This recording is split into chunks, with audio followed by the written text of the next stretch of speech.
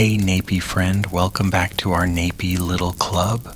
You're home now, and we saved your spot. Tonight we journey to the rugged, windswept mountains of Persia, specifically to the almost mythical fortress of Alamut in the 13th century. Imagine the biting wind carrying the scent of dry earth and distant snow, the taste of surprisingly weak tea brewed with water that had to be hauled up dizzying slopes. You can almost feel the coarse wool of your new, rather itchy tunic, a far cry from any silken pajamas you might be accustomed to.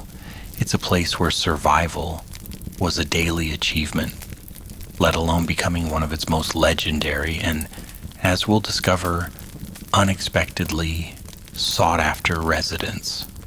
You probably wouldn't survive a week there with their peculiar plumbing and even more peculiar social dynamics, but here, nestled in your comfy bed, you're perfectly safe and just the right amount of sleepy.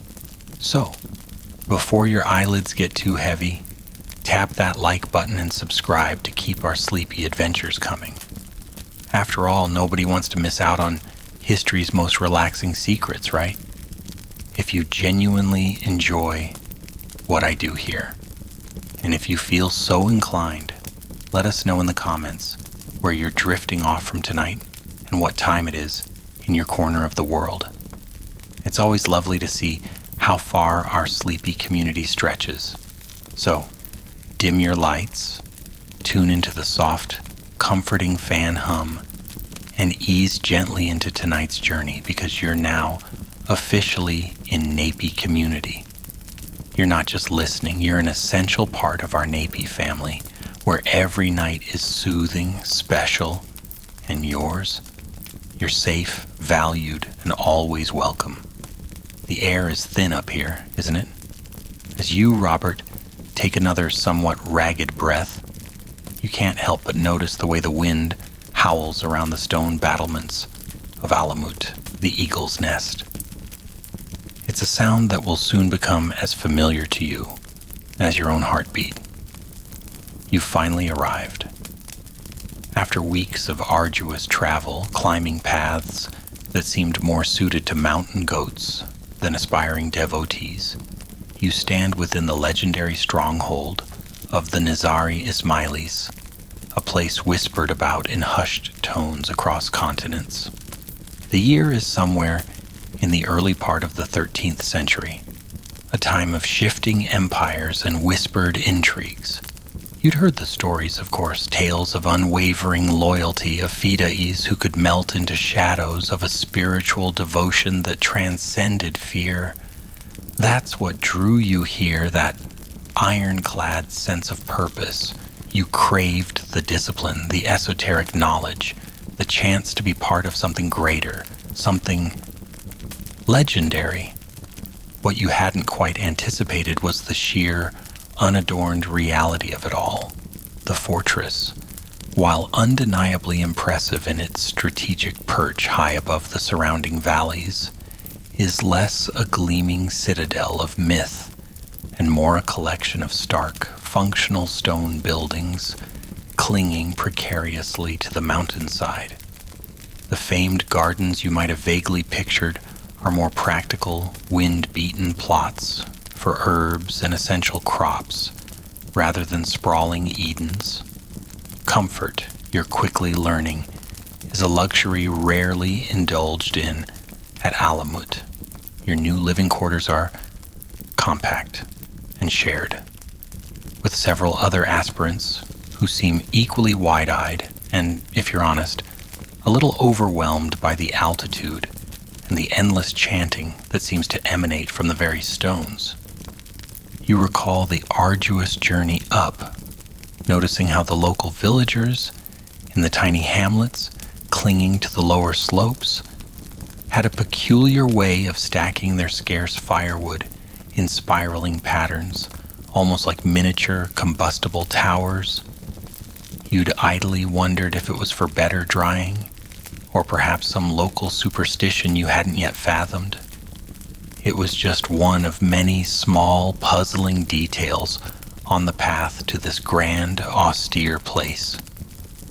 Your first meeting with the master of Alamut, the current old man of the mountain, is an event steeped in a quiet solemnity that makes your palms sweat despite the mountain chill.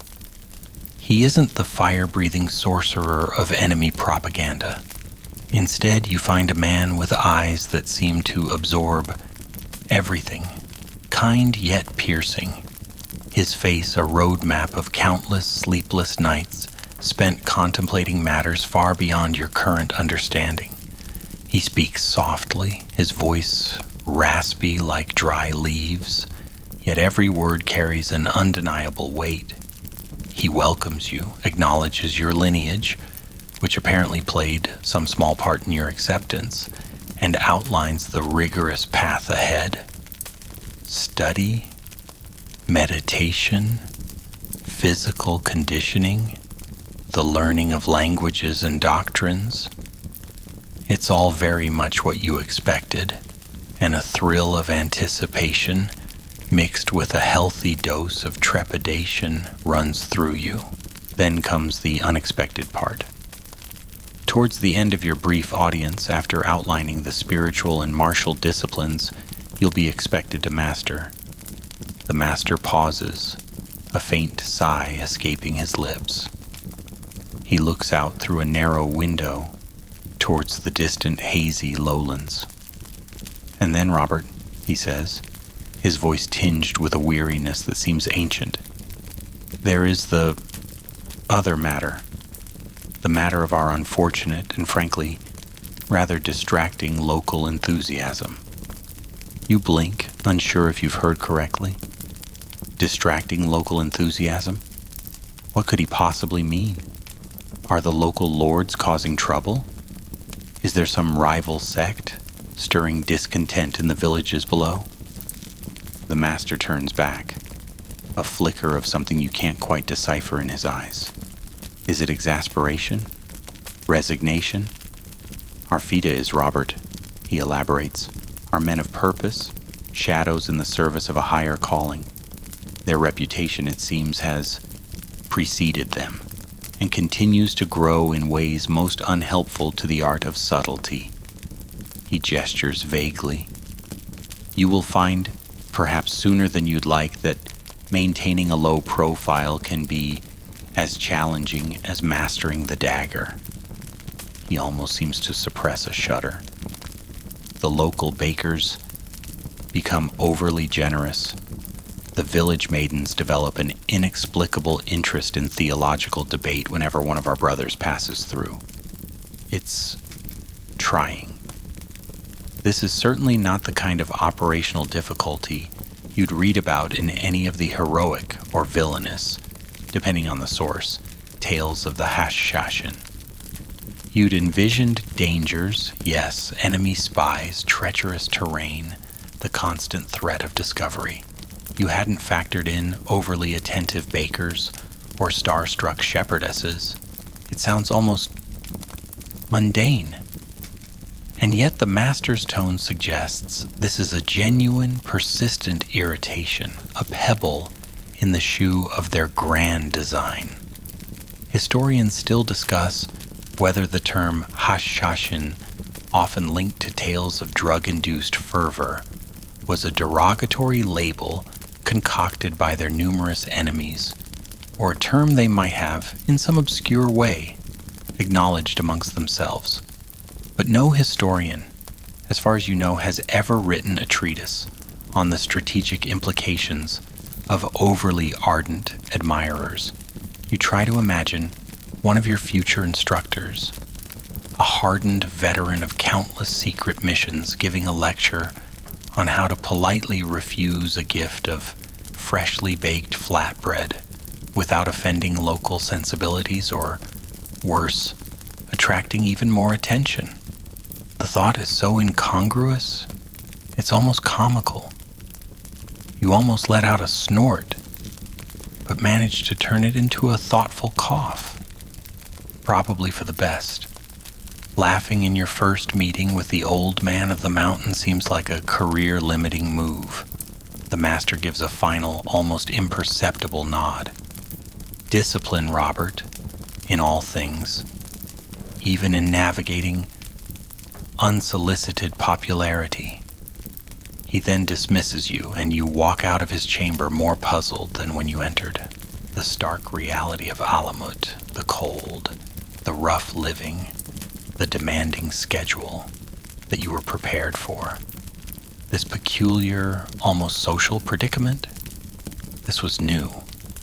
As you step back out into the biting wind of the courtyard, you glance towards the distant valley. You can't see any villages from this height, but you can almost imagine the distracting enthusiasm brewing down there. Suddenly, the life of a hashashin seems a little less about silent, deadly efficiency and a little more about, well, you're not sure what, but it's definitely more complicated than you thought.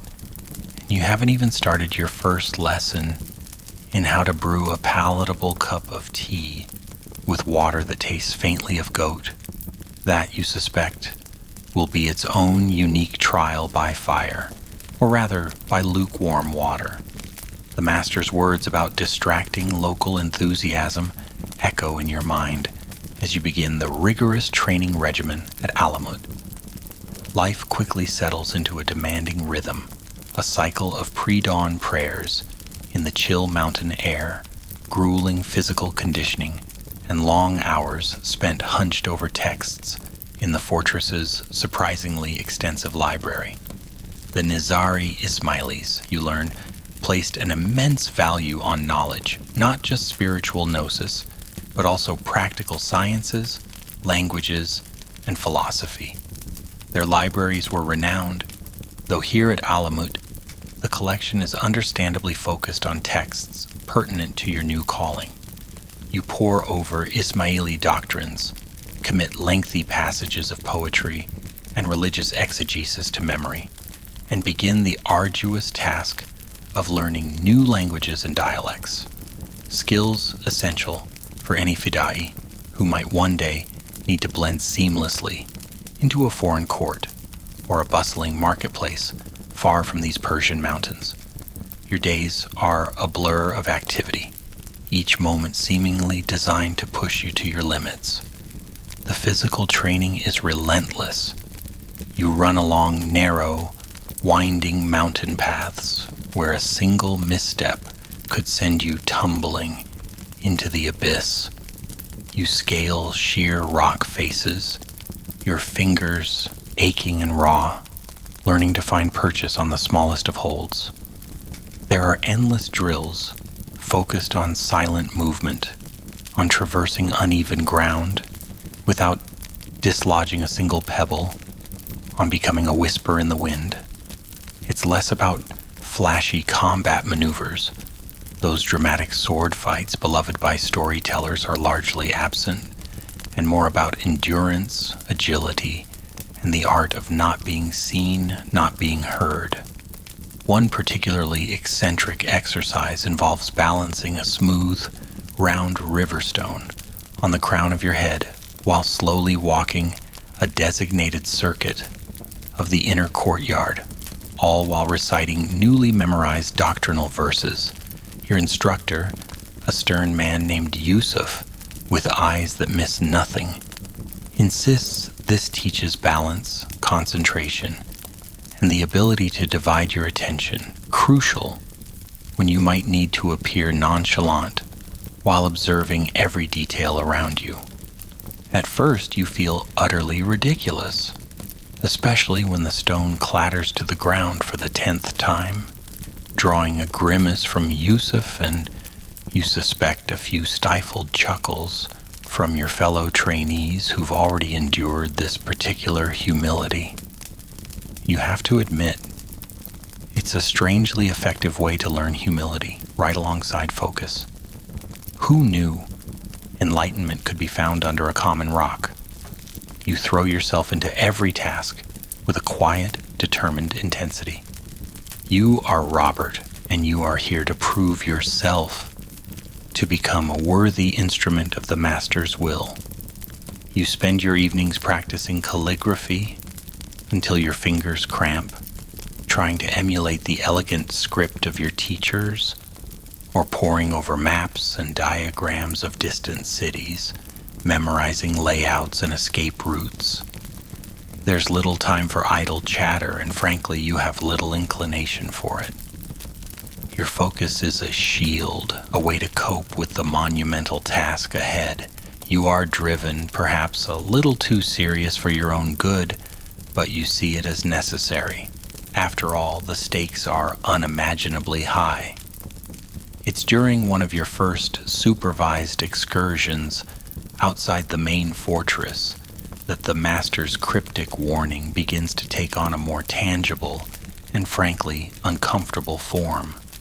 A small group of you, novices still considered too green to venture out unaccompanied, are tasked with accompanying Brother Hassan, a seasoned fidai with a perpetually amused glint in his eye, to a nearby village nestled in a slightly more sheltered valley. The official purpose is to procure some specific medicinal herbs that only grow at that slightly lower altitude, and to trade for a few essential supplies. Items like salt, perhaps some iron tools, things that Alamut, for all its strategic brilliance, cannot produce itself. Scholars continue to debate the exact nature and extent of the training received by fidais, separating romanticized legend from historical likelihood, but you're fairly certain that advanced haggling for root vegetables while looking inconspicuous wasn't on any of the legendary scrolls. As you walk through the village, which is little more than a cluster of stone and mud brick houses, you maintain the stoic, observant demeanor your instructors have drilled into you. You keep your eyes downcast, unless specifically assessing your surroundings, your expression neutral, your movements economical. You're trying to be a gray stone among other stones, unremarkable, unmemorable. It doesn't quite work out that way. You notice it first as a subtle shift in the atmosphere when your small group passes the village well, where several women are drawing water. The usual chatter and laughter among them seems to dip, replaced by a kind of hushed attentiveness. Then you feel it, the distinct sensation of being watched, not with hostility or even overt curiosity, but with a sort of focused, almost appreciative intensity.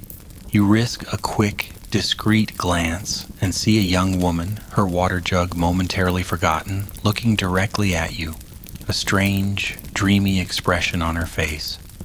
When your eyes briefly meet hers, she gasps softly and quickly looks away, a blush rising on her cheeks. Another slightly older woman nudges her, and they both giggle, hiding their faces behind their headscarves, but still peeking in your direction. You frown inwardly, a knot of unease tightening in your stomach. What was that about? You're dressed in the same plain, undyed wool tunic as your companions, your face smudged with the dust of the trail. There's nothing remarkable about you, or so you believe. You're just Robert, trying to be a good, unnoticeable novice.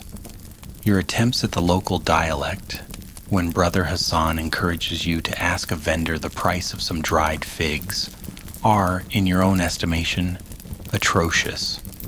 You probably sound like a goat gargling pebbles. Yet the vendor's daughter, who had been listlessly arranging the fruit, suddenly perks up, her eyes wide, and offers you a small, sweet cake for the journey. Her voice a little breathless. Brother Hassan thanks her gravely on your behalf, his eyes twinkling, and steers you away before you can stammer out a refusal. Later, as you make your way back up the winding path to Alamut, the herbs and supplies secured, Brother Hassan claps you on the shoulder. "Well, Robert," he says, his voice dry as the mountain air, "it seems the master's concerns about local enthusiasm are not entirely unfounded, eh?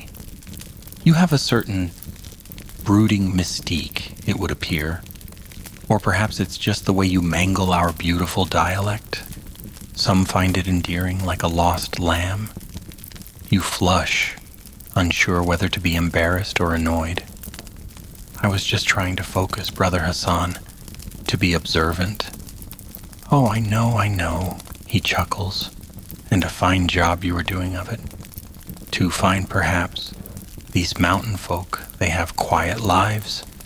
A new face, especially one as earnestly serious as yours, becomes a subject for stories. And young women, well, they have vivid imaginations." He winks. "Just remember, Robert, the goal is to be a shadow, not the sun around which little village flowers turn their heads. It's a surprisingly tricky balance, this business of ours." You trudge on in silence, mulling over his words. "Brooding mystique? You? You were just trying not to fall off the narrow path while simultaneously remembering the correct botanical term for wild time in 3 different languages. It seems that even your most sincere efforts at inconspicuousness are somehow being misinterpreted. This difficulty the master alluded to is starting to feel less like a distant abstraction and more like a very personal, very awkward problem.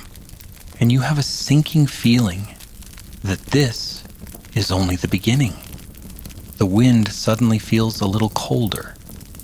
The incident with the giggling women at the well and Brother Hassan's dry commentary leaves you feeling decidedly unsettled.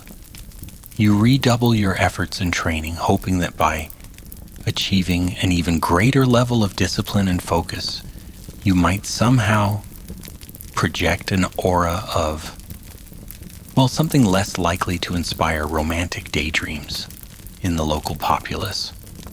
Perhaps if you look even more serious, people will simply be too intimidated to approach. It's a working theory anyway. You dedicate yourself to mastering the art of inconspicuousness with the fervor of a monk seeking nirvana.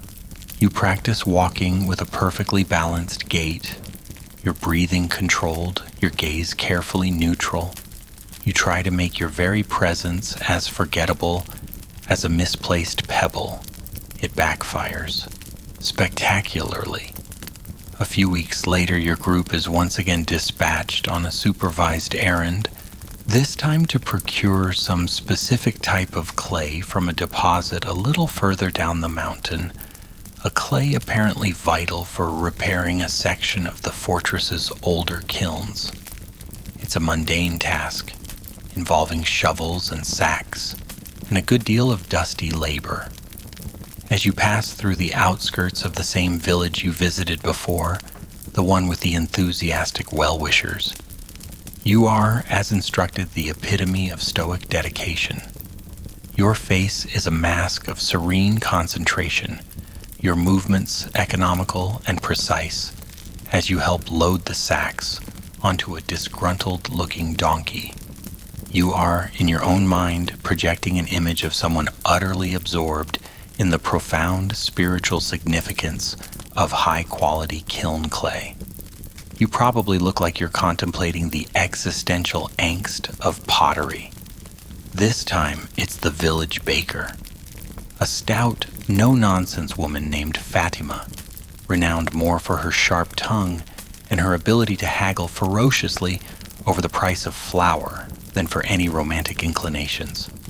Yet, as your group passes her small, fragrant bakery, she emerges, wiping her flour-dusted hands on her apron, her usual stern expression softened by an uncharacteristic look of, is that pity?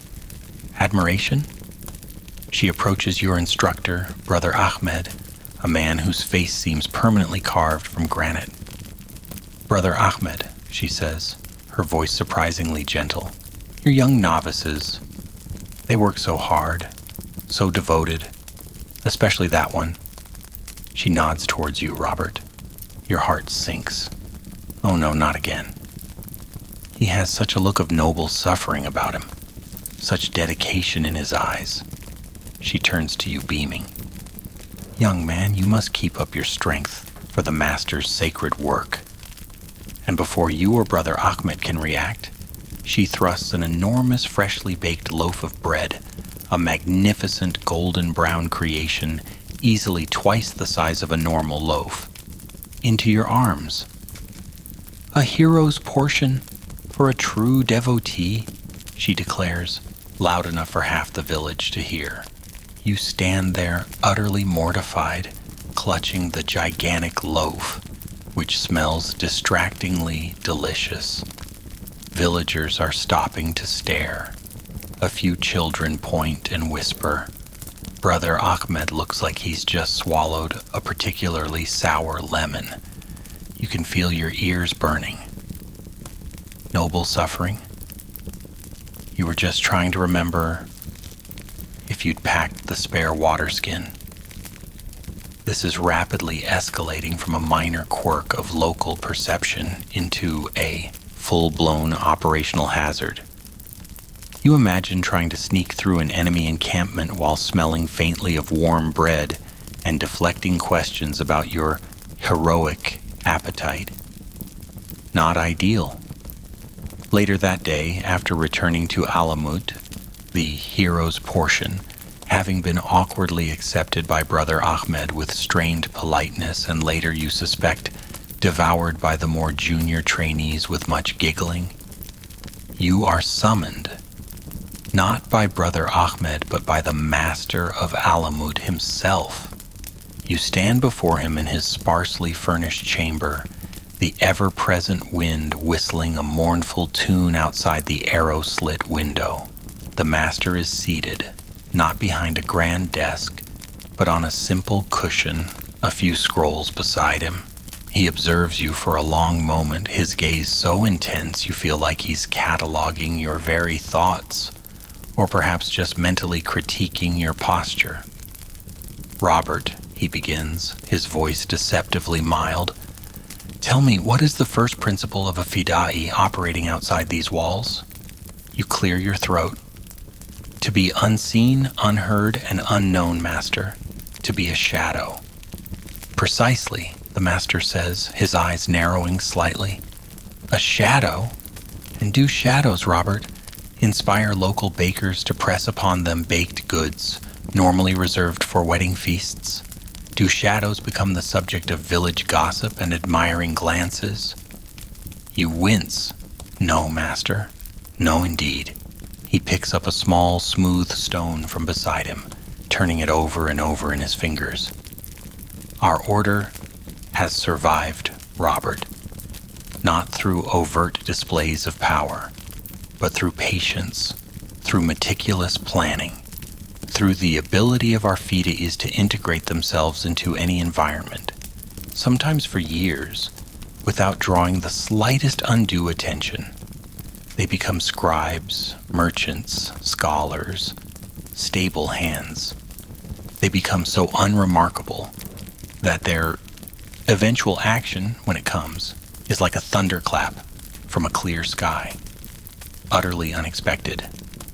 This, you know, is a widely recognized historical fact about the Order, their legendary patience, and the deep infiltration tactics they employed. He continues, this reputation that seems to be growing around our younger members, this image of brooding heroes and stoic martyrs in the making, it is a theatric, Robert, a dangerous one. It makes us predictable. It makes us visible. He sighs, a sound like wind through dry reeds. We strive for simplicity here. A Fidai, for instance, is permitted no more than 2 spare sets of sandals, lest he become too attached to worldly comforts and his spirit and his feet lose their necessary nimbleness. This is a rule, a small discipline among many, designed to keep us grounded, focused, and unencumbered. He gestures vaguely in your direction. and yet the world wishes to encumber you with giant loaves of bread. There's a ghost of a smile playing on his lips, so fleeting you almost miss it. It's the closest thing to a joke you've ever seen from him, and it's terrifying. "I am trying, Master," you say, feeling a desperate need to defend yourself, even though you know it's futile. "I do not seek this attention." Trying is not sufficient, Robert. Achieving is what matters. His voice hardens almost imperceptibly. "This is not a game. The survival of our community, the success of our endeavors, depends on absolute discretion.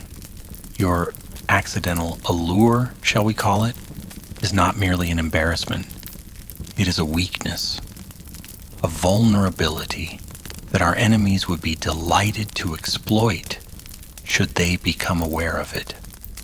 Historians debate how much of the old man of the mountain's legendary control over his followers was based on spiritual devotion versus psychological conditioning, but right now, you're feeling a potent mix of both. You feel a profound desire to please him, to meet his exacting standards, and also a distinct sense of being thoroughly, if quietly, admonished. He leans forward slightly. "You will learn, Robert. You will all learn. To be not merely present, but invisible. To be not merely focused, but forgettable. The alternative is failure. And failure, in our calling, has consequences far graver than a lecture from an old man." He straightens up. "You are dismissed. Reflect on this. And perhaps," he adds as you turn to leave, "practice looking a little less like a tragic hero from a poorly written poem. It might help with the bakers." You practically flee his presence, your cheeks burning. The master's words, though delivered with his usual calm, have hit their mark. This isn't just about avoiding awkward social encounters anymore. It's about the very integrity of your mission, the safety of your brothers, the future of the Nizari.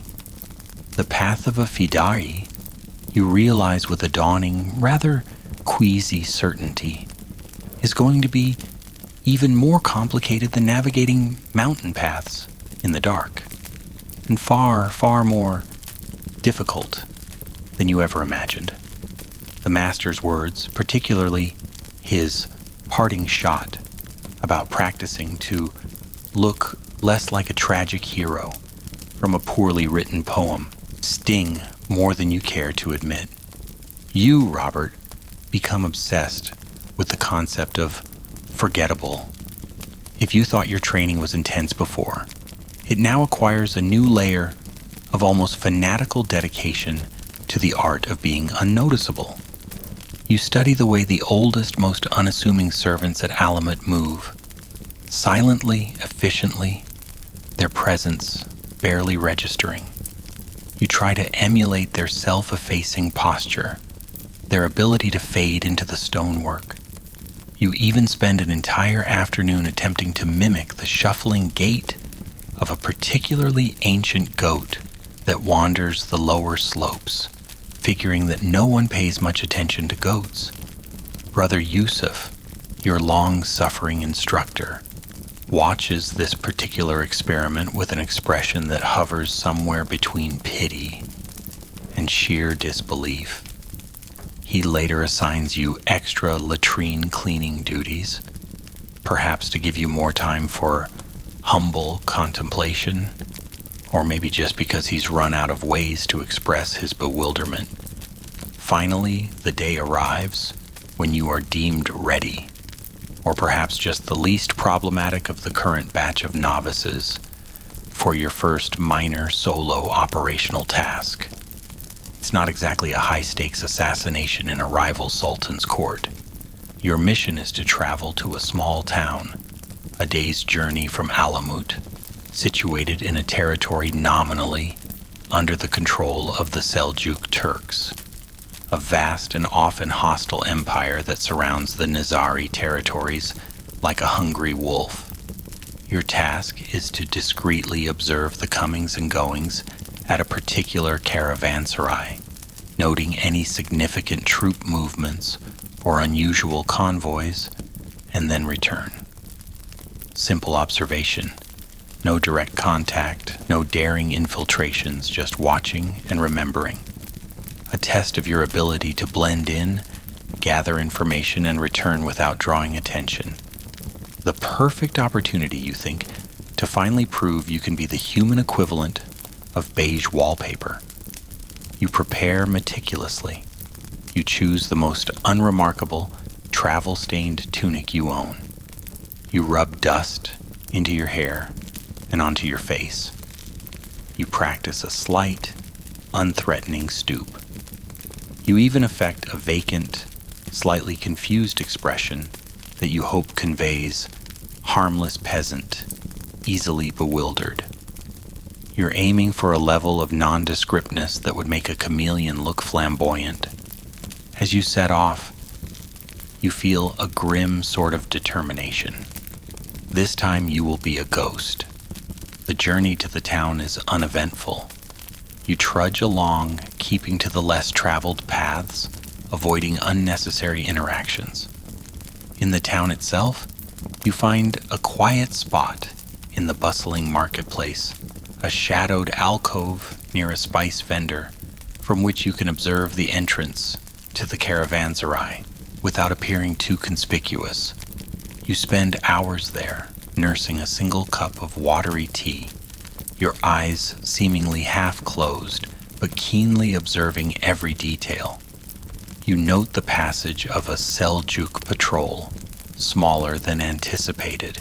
You see a merchant train laden with what appears to be weapons hidden under bolts of silk. Interesting. You commit it all to memory, sketching a rough mental map, just as you've been taught. You speak to no one beyond a mumbled request for the tea. You make no sudden movements. You are, you believe, the epitome of insignificance. You are practically a figment of the dust motes dancing in the afternoon sun. Feeling a quiet sense of accomplishment, you make your way back to Alamut as dusk begins to settle. The mission completed successfully, and more importantly, invisibly. Or so you think. A few days later you are summoned, not by the master this time, but by your immediate superior, Brother Yusuf. He looks even more weary than usual, which is saying something. In his hand he holds two small, rather crumpled pieces of parchment. Robert, he sighs in a tone that suggests he's contemplating early retirement in a very remote cave. It seems your unique talents continue to manifest. He hands you the parchments. The first is a crudely folded note. The handwriting is an almost illegible scrawl, like a chicken dipped in ink was allowed to wander across the page. With some effort, you decipher a message. To the silent watcher with eyes like the deep pools of the mountains, your noble presence brings light to our humble town. May your path be blessed. It's unsigned, but there's a clumsy drawing of what might be a flower, or possibly a misshapen turnip. You feel a cold dread creep up your spine. The second note is even worse. It's written on a smoother piece of parchment, the script more refined, but the sentiment is equally unwelcome. O mysterious guardian of the hidden path, your quiet strength does not go unnoticed. We pray for your safety and admire your profound dedication. A humble admirer from afar. This one is tied with a faded pink ribbon. A pink ribbon at Alamut. It's an aesthetic offense on top of an operational security nightmare. These, Brother Yusuf says, gesturing to the notes with an air of profound resignation, were discovered by the gatekeepers, left tucked into a crevice in the outer wall near the old fig tree.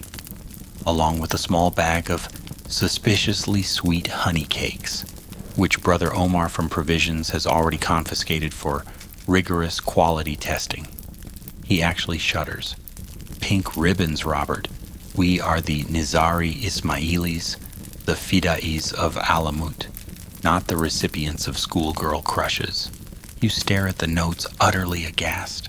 How? How is this possible? You were so careful. You spoke to no one. You were the human equivalent of a particularly dull rock. I don't understand, Brother Yusuf, you stammer. I did nothing to encourage this. Evidently, Brother Yusuf intones, your nothing is more potent than most men's something. He rubs his temples. Academics have long pondered the precise methods by which the Nizaris maintained communication across vast and hostile territories, with theories ranging from carrier pigeons to highly sophisticated networks of covert messengers. We have brothers who can leave coded signals using nothing but a particular arrangement of prayer beads at a shrine or a specifically patterned knot tied into the mane of a passing merchant's donkey, subtle, untraceable. And then we have this. He gestures again at the offending missives. Direct to Fortress. Next, they'll be sending poetry via catapult. He doesn't seem to be joking. He sighs again, a sound that seems to carry the weight of centuries of Fidai exasperation. The master has been informed. He did not say anything. He merely looked. In that way, he has. You know that look. It's a look that can make a hardened warrior feel like a clumsy child who's just dropped the family's prize-winning goat. He simply conveyed, through an almost imperceptible tightening of his left eyebrow, that this ongoing situation is not conducive to our long-term strategic objectives. You feel a wave of frustration so intense, it almost makes you dizzy. What are you supposed to do? Wear a bag over your head? Take up residence in a bat-infested cave? This is beyond your control. It's like being cursed with some sort of anti-stealth field. You, Robert, the aspiring shadow, are somehow a beacon of unwanted romantic attention. The irony is so thick, you could spread it on one of Fatima's hero-sized loaves of bread. The only consolation is that the Seljuks don't seem to have noticed your passage. So the actual intelligence part of your mission was a success. But at what cost to your sanity and the master's patience? You can only imagine the next lecture on the importance of being utterly, soul-crushingly bland. The incident of the fan mail and the pink ribbon creates a ripple effect within the stoic walls of Alamut.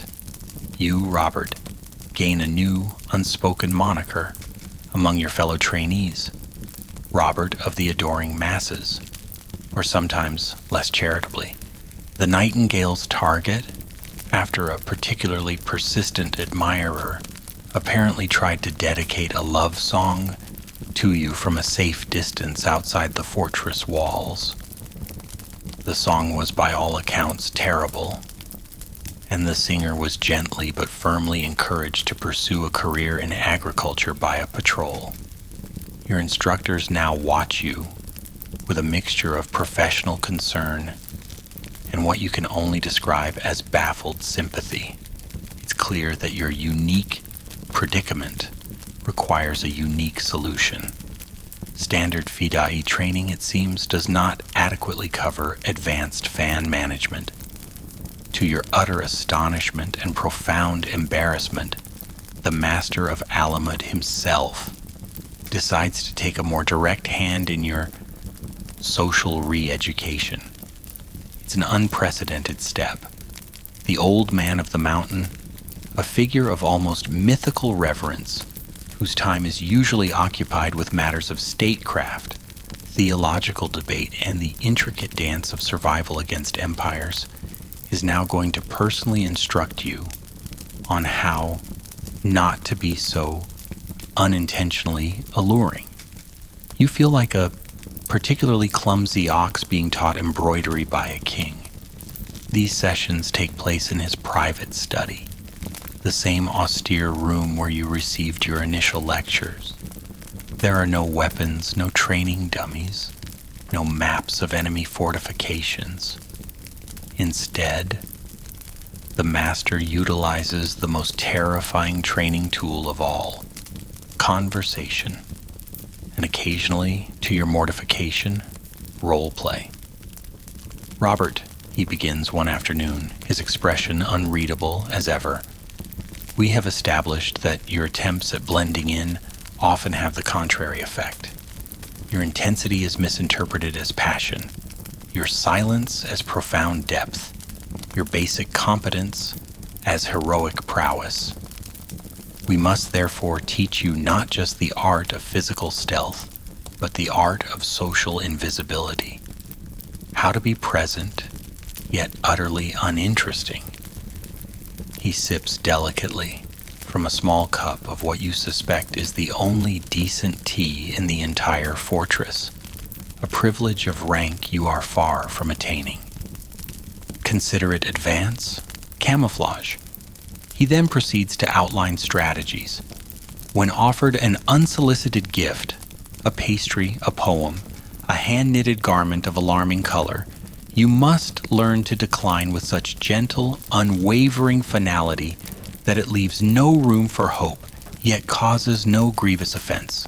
A slight bow, a murmur of gratitude for the sentiment, but a firm statement of your unworthiness or the strictures of your order. You must project an aura of serene unavailability, as if you are already married to the concept of extreme dullness. He makes you practice. "Imagine, Robert," he says, his eyes suddenly acquiring a mischievous glint that is far more unsettling than his usual sternness, "that I am a village maiden overcome by your noble bearing.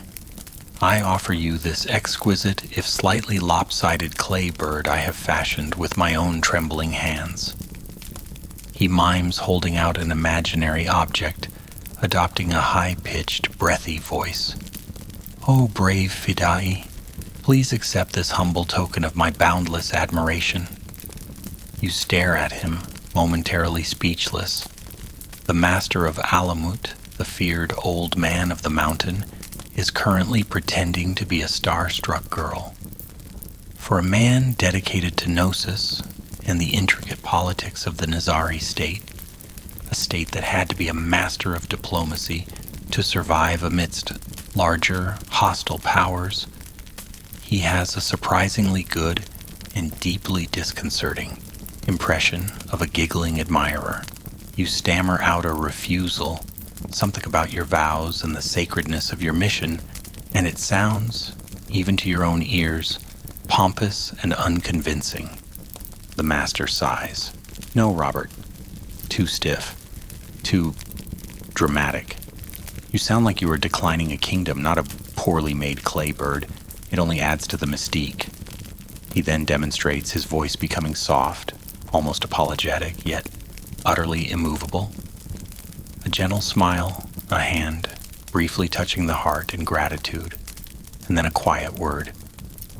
"Your kindness touches this unworthy servant, fair maiden, but our path allows for no such personal tokens, beautiful though your craft may be. My thoughts must remain solely upon the sacred duties entrusted to me. Simple, regretful, final, and above all, boring. They even cover the subtle art of conversation deflection. How to answer personal questions with such vague, rambling, and ultimately uninformative replies that the questioner loses the will to live, let alone continue the conversation. You learn stock phrases, approved non-answers. If asked where you are from, my home is where my duty lies. If asked about your family, the community is my family.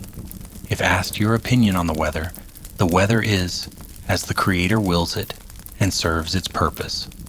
Utterly, soul-crushingly anodyne. The Nazari, you knew, had elaborate protocols for almost everything, including, as legend had it, the acceptance of tribute or gifts from allied communities. These were never direct. They involved intermediaries, specific locations like the third ancient oak on the old pilgrim road during the dark of a new moon, and perhaps even a softly sung verse to signal the offering. It was all designed for discretion and symbolic weight, a far cry from having a pink ribbon thrust at you. The extent to which Nizari Fida is engaged in what we might term social engineering or psychological operations to subtly influence populations is a topic of ongoing scholarly discussion, with some arguing for highly sophisticated methods. What you are learning, however, feels less like sophisticated social engineering and more like remedial social awkwardness training. And you, Robert, are apparently the star pupil in reverse. These lessons are, in their own way, more grueling than any physical trial. Scaling a cliff face in the dark is straightforward compared to navigating the treacherous terrain of a polite but firm refusal of a hand-embroidered handkerchief. You discover you have a talent for making even the master's carefully crafted, boring phrases sound unintentionally poetic or deeply mysterious. Your attempts at a gentle, regretful smile apparently look more like you're suffering from acute indigestion. Perhaps, Robert, the master remarks one day, after a particularly disastrous role-playing session where you somehow managed to accidentally sound like you were proposing marriage while trying to decline an imaginary invitation to a village festival, we should consider simply sending you on missions to extremely remote, uninhabited regions. The desert hermits are generally less prone to adulation. He says it with a straight face, but you can't shake the feeling he's enjoying your profound discomfort. Just a little too much. It's probably the most entertainment he's had in weeks. Despite your best efforts, you leave these advanced evasion sessions feeling more like a diplomatic disaster waiting to happen than a master of social invisibility. The master, however, seems to consider it a work in progress. Or perhaps he simply accepted that you are a unique challenge, a sort of divinely ordained test of his patience and the order's adaptability. One thing is certain, life as a Fidai is anything but boring, just not in any of the ways you'd ever anticipated. The master's highly specialized, if somewhat unorthodox, coaching in the art of advanced evasion leaves you, Robert, feeling like a student who has just spectacularly failed an exam they didn't even know they were supposed to be taking. Nevertheless, life within Alamut and the broader strategic needs of the Nizari Ismailis waits for no man's social awkwardness to resolve itself. There are missions to undertake, information to gather, and a delicate web of influence to maintain in a world largely hostile to your very existence.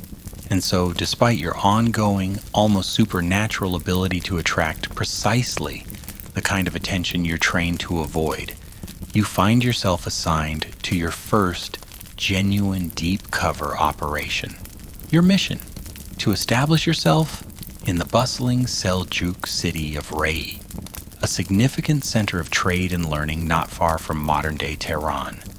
Your cover identity is that of Yusuf al-Khatib, a quiet, unassuming scribe from a distant miner village seeking modest employment, copying manuscripts or drafting letters for merchants.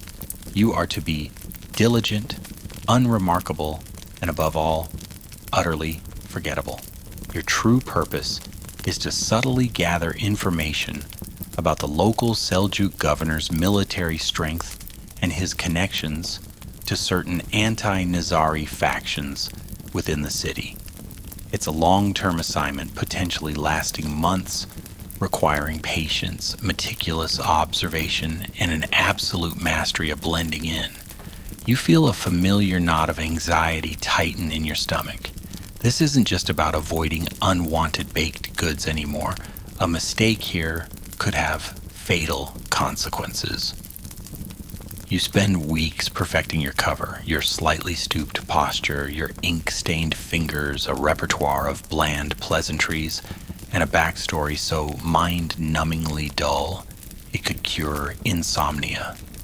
You even develop a slight nervous cough you hope will make you seem less robust and more scribe-like. You briefly considered Chronically Unlucky Pigeon Breeder as a cover, but decided it might attract too many questions about the pigeons. For the first few weeks in Ray, things proceed with an almost suspicious smoothness. You find lodgings in a quiet, unassuming caravanserai. You secure piecemeal work from a few small-time merchants, meticulously copying inventories and drafting simple contracts in a neat, legible hand. You frequent a local tea house, listening more than you speak, picking up on local gossip and news.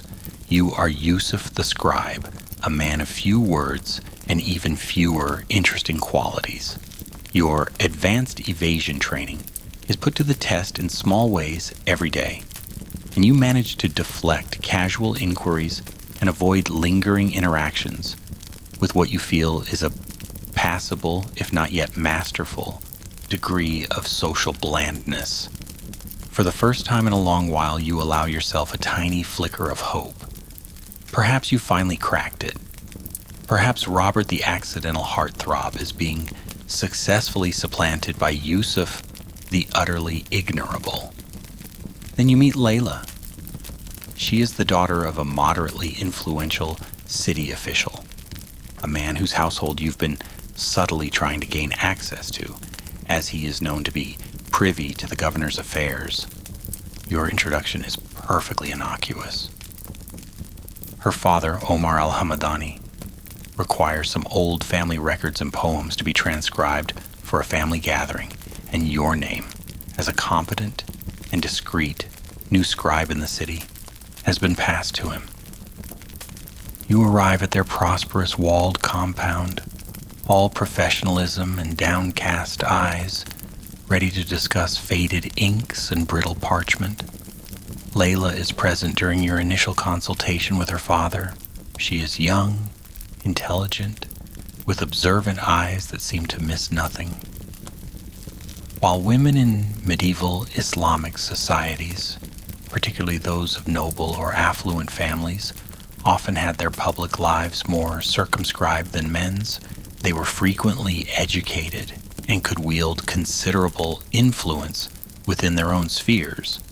The level of autonomy and agency of women within various medieval Islamic societies is a subject of considerable academic research, with evidence suggesting a more complex reality than earlier, more monolithic portrayals. Layla, it seems, is one such educated and perceptive woman, and she, it becomes rapidly, terrifyingly clear, is bored. Bored with the predictable rhythms of her privileged life, bored with the suitable but unexciting young men her father might eventually want her to consider. And you, Yusuf the Scribe, with your quiet demeanor, your carefully constructed air of scholarly preoccupation, and what she apparently perceives as a haunting sadness in your eyes, you were actually just worried about a loose floorboard in your room, become the unfortunate object of her romantic imagination. It starts subtly. During your subsequent visits to transcribe the documents, she finds reasons to be present, asking you seemingly innocent questions about your fictional village, your fictional studies, the fictional tragic loss of your fictional pet goat, that led to your fictional, melancholy disposition. Your carefully crafted, boring answers, honed under the Master of Alamut's exasperated tutelage, seem only to deepen her fascination. Your vagueness becomes mystery. Your reticence becomes profound depth. Your nervous cough becomes a sign of a sensitive, artistic soul. You begin to feel like a fly caught in a very polite, very fragrant, and very dangerous spider's web. You also have to navigate the local customs with extreme care. For instance, there's a peculiar local superstition in this part of Ray that dictates one must never accept the third offering of dates from a host, lest you inadvertently signal a desire for a lifelong commitment. You've been practicing counting dates very, very carefully. It's exhausting. Her attention escalates. Small gifts appear, a particularly fine ink stick, a dish of sweetmeats to sustain you in your labors, a book of romantic poetry left accidentally near your workspace. Declining these from the daughter of your employer, a man whose trust you need to cultivate, is a minefield. You employ every technique the master taught you, the gentle demurral, the expression of unworthiness, the solemn allusions to your all-consuming dedication to the noble art of, well, copying things. Each refusal seems to fan the flames of her interest, painting you as an even more tragically noble figure, selflessly denying yourself the small joys of life. You start to wonder if you should have just accepted the pink ribbon back at Alamut. It seems almost straightforward in comparison. The real danger, however, is not Layla's romantic overtures themselves, but the attention they might draw from others, particularly her father or other members of his household. If Omar al-Hamadani perceives this quiet scribe as overstepping his bounds or becoming a distraction to his daughter, your access will be cut off, your mission compromised. Worse, he might become suspicious of your true motives. A scribe who attracts the intense interest of a noble woman is no longer an unremarkable fixture. He's an anomaly, and anomalies invite scrutiny. You find yourself in a delicate, nerve-wracking dance, trying to maintain your cover, gather the intelligence you need, and gently but firmly fend off Layla's escalating fascination, all without causing offense or raising alarm. The master's lessons on social evasion, which once seemed almost comically inept in your execution, are now the only tools you have to prevent your mission, and quite possibly your life, from unraveling due to a case of tragically misplaced romanticism. You spend your nights not just reviewing intelligence, but also rehearsing polite yet crushingly dull conversation topics, desperately hoping to bore Layla into submission. So far, it's not working. If anything, she seems to find your attempts at being uninteresting, adorably earnest. You start to seriously consider taking up that career as a chronically unlucky pigeon breeder after all. At least pigeons don't write poetry. The situation with Layla and Ray eventually reaches a precarious equilibrium. Through a combination of your most spectacularly boring conversation topics, a feigned but convincing obsession with the migratory patterns of local beetles, a subject even Layla found difficult to romanticize, and a carefully orchestrated accidental discovery by her father of your fictional betrothal to a girl in your fictional distant village. Her overt attentions begin to wane. It was a close call, a constant tightrope walk over a chasm of diplomatic incidents and mission failure. You manage to conclude your primary intelligence gathering in Ray, your information deemed valuable enough by your hidden contacts to warrant a recall to Alamut for a full debriefing. The journey back to the eagle's nest is one of mixed emotions, relief at having survived the social minefield of Ray, and a deepening dread about your apparently incurable condition of being interestingly uninteresting. Back within the familiar cold stone embrace of Alamut, you deliver your reports. The intelligence on the Seljuk governor's forces and his alliances is well received. Brother Yusuf even cracks a smile which is as rare and unsettling as a blizzard in summer. But the other part of your experience, the Layla complication, casts a familiar shadow. It's clear to your superiors, and most depressingly to yourself, that your problem isn't going away. If anything, it's adapting to new environments like a particularly tenacious weed.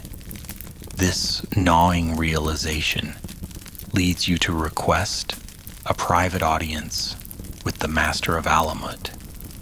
This isn't just about reporting. It's a plea. You need guidance, wisdom, anything. The old man of the mountain can offer to help you navigate this bizarre, career-threatening affliction. You find him in his study, as always, a pool of calm in the turbulent world. The wind still howls its ancient song outside, a fitting soundtrack to your internal turmoil. You lay it all out for him, the persistent misinterpretations of your demeanor, the way your attempts at blandness are twisted into enigmatic allure. The Layla incident, in all its excruciating detail, you explain how this isn't just a matter of fending off unwanted admirers anymore. It's actively endangering missions and casting a pall of unpredictability over your operations. You might have even confessed that you're starting to wonder if you are truly suited for this life, if this strange curse makes you more of a liability than an asset. When you describe Layla's initial fascination, the master slowly stirs his ever-present cup of tea, his expression unreadable, looking like he's mentally calculating whether one lovesick noblewoman poses a greater strategic threat than a minor Seljuk skirmish. It's a close call in his eyes, you suspect. The master listens with that profound, unnerving stillness of his. He doesn't interrupt, doesn't offer platitudes. He simply absorbs your words, his gaze fixed on some point beyond the stone walls of the chamber. When you finally fall silent, the only sound is the wind and the faint crackle of a brazier in the corner. "So, Robert," he says at last, his voice soft, "the world finds you compelling." There's no judgment in his tone, merely a statement of fact, like observing that water is wet or that mountains are tall. You strive for the zahir, the external appearance, of a shadow, yet your baton, your inner intensity, your very essence perhaps, shines through in ways that paradoxically illuminate you. You wait, unsure how to respond to this philosophical assessment of your social failings. The Nazaris, placed immense emphasis on this dual aspect of reality, the external, literal meaning of things, and the deeper, esoteric, hidden truth. Their spiritual training was geared towards understanding this baton, this gnosis, which was the core of their faith and a source of their unwavering ideological commitment. But you'd never considered it might apply to your inability to avoid unwanted romantic attention. The master continues, "You are not the first Fidai to face a unique and personal trial, Robert. Each path has its own thorns. One man might battle a quick temper, another a wandering mind, a third a fear of heights. An inconvenient affliction in these mountains, I assure you. A rare, dry chuckle escapes him. Your particular thorn, it seems, is an excess of distracting charisma, however unintentional. He pauses. The exact hierarchy and methods of psychological support or guidance within the Nizari Ismaili communities of that era remain somewhat opaque to outsiders, though it's clear that strong bonds of loyalty and mentorship existed. What I offer you now is not a simple solution, for some challenges do not have them. He leans forward slightly. You cannot change the way others initially perceive you, perhaps, but you can control your response, your focus, your unwavering dedication to the great cause. This unwanted attention is a storm around you. You must be the calm eye within it. Let their misinterpretations be their own affair. Your concern is the mission, the truth we serve. Then he says something that truly makes you pause. Consider this, Robert. Sometimes the greatest visibility can provide the deepest shadow if one knows how to stand in the light correctly. He lets that cryptic pronouncement hang in the air. Is he suggesting you use this? The thought is both terrifying and strangely intriguing. I do not mean you should cultivate this allure, he adds, as if reading your thoughts, his expression becoming stern again. That would be vanity, a path to ruin. But awareness, Robert, awareness of all aspects of a situation, including your own unwelcome magnetism, is crucial. Do not be defined by it, but do not be entirely blind to its potential effects, both negative and perhaps in very rare, very carefully managed circumstances. Otherwise, he looks pointedly at you. That is a path fraught with more peril than any blade, and one I do not advise you to seek. You get the distinct impression he's warning you off a cliff edge he only just revealed. Your focus, Robert, he concludes, his voice regaining its usual calm authority, must be a blade so sharp it cuts through all distractions, whether they come from the enemy's sword or an admirer's sigh. The Imam gifts each of us with trials suited to our strength and the means to overcome them if our faith and resolve are true. This is your trial. Do not let it consume you. Let it hone you. You leave the Master's presence not with a magical solution, but with a heavier understanding. There will be no special exemption, no reassignment to a monastery for the terminally charismatic. Your path remains the same. Only now you carry this strange burden with a fuller awareness of its complexities and the Master's almost impossibly high expectations. The old man of the mountain has not given you a map out of your personal labyrinth, but perhaps, just perhaps, he's given you a slightly sturdier lamp to navigate its winding, shadowed, and alarmingly popular corridors. You ponder his words about visibility and shadow, a peculiar Ismaili philosophical concept that seems both contradictory and, in your bizarre case, maddeningly relevant. The thought of standing in the light correctly makes your head spin. You just wanted to be a good, boring fidai. Apparently the universe and the Master had other, more complicated plans for you. The Master of Alamut's philosophical counsel on being the calm eye within the storm of your unintentional allure and his cryptic remark about standing in the light correctly reverberates within you, Robert, for weeks. You're not entirely sure what to make of it. It sounds less like practical advice and more like a riddle wrapped in an enigma, served with a side of existential dread. For a time, your duties are confined mostly within the familiar, if still somewhat judgmental gaze of your brethren at Alamut.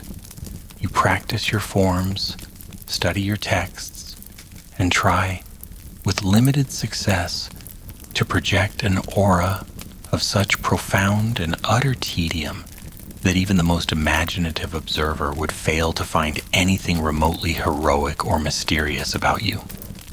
You even take to sighing frequently and complaining about the quality of the gruel, hoping it makes you seem more relatable and less like a silent, stoic hero. It mostly just earns you extra cleaning duties from brother Yusuf, who seems to believe your newfound appreciation for culinary critique needs to be balanced with a deeper appreciation for hygiene. Then comes an assignment that yanks you out of your carefully cultivated cocoon of attempted boringness. A local chieftain in one of the more remote valleys, a man named Bahram, who nominally acknowledged Nizari influence, but was known for his greed and bullying tactics, has been overstepping his bounds. Reports have reached Alamut that he has seized livestock from villages under Nizari protection and has been imposing extortionate taxes on travelers. Such actions cannot be ignored, lest they signal weakness and invite further transgressions.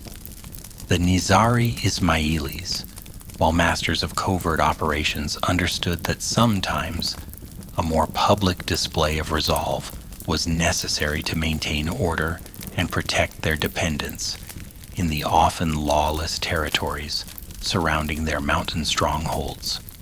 The relationship between the Nizari Ismailis and the local non-Ismaili populations in the vicinity of their strongholds was complex and varied over time, ranging from hostility to pragmatic coexistence or even alliance, a subject scholars continue to explore. Protecting those who look to them for stability was part of this complex dynamic. A decision is made. A formal public warning must be delivered to Chieftain Bahram, and you, Robert, are chosen for the task. When Brother Yusuf informs you, you can't help but ask, "Why me, brother? Surely there are others more suited for a public appearance." Yusuf actually sighs, a sound that seems to carry the accumulated weariness of every fidai who ever had to deal with a problematic novice. "Perhaps, Robert," he says, not unkindly.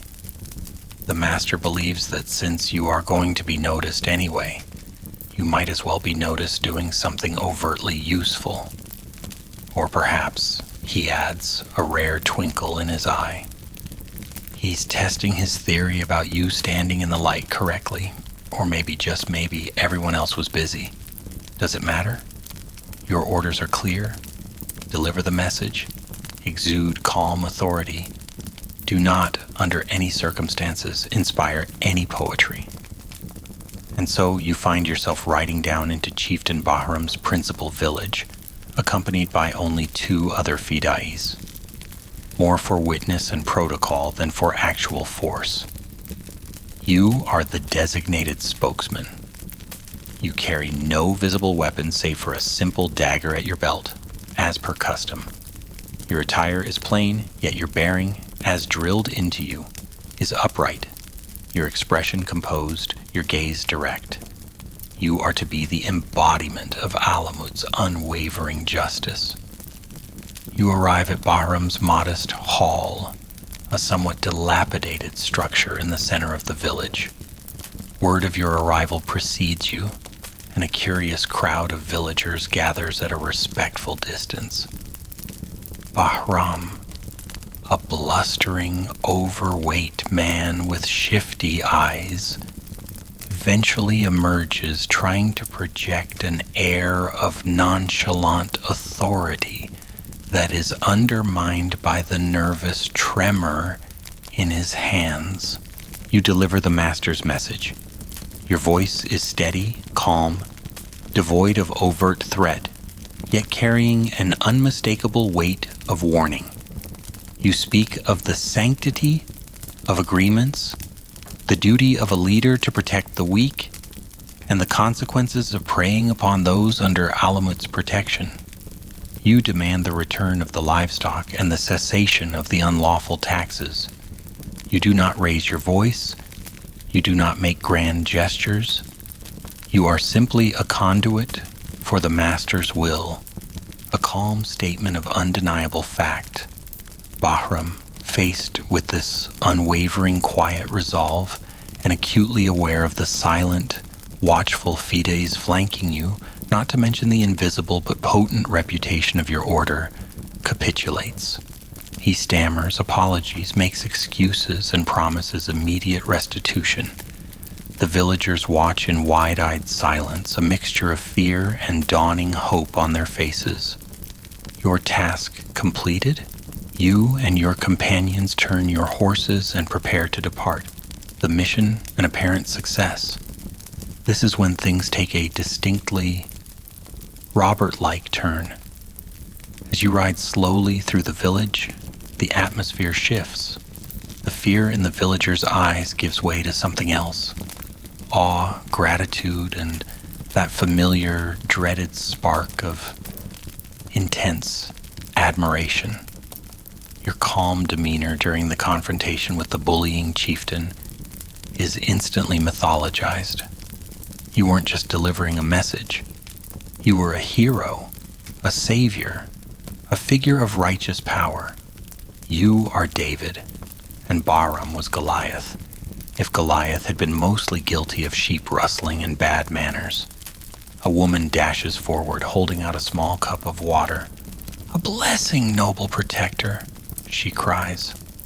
Before your companions can intervene, another villager, an old man, reaches out and reverently touches the hem of your cloak as you pass. Then another. Suddenly, it seems the entire village is surging towards you, not with hostility, but with a fervent, almost desperate adoration. "His cloak, a thread for luck," someone shouts. "He looked the devil Bahram in the eye and did not flinch," another exclaims, conveniently forgetting you were at least 50 paces away, and Bahram mostly looked at his own feet.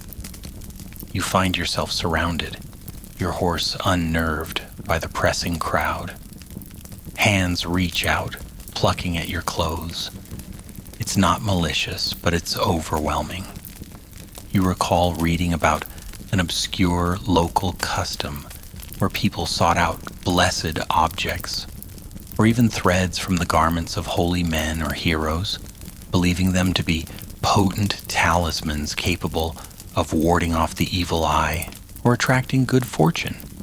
A kind of baraka-infused keepsake. Apparently you have now been promoted to the status of a walking, talking, good luck charm.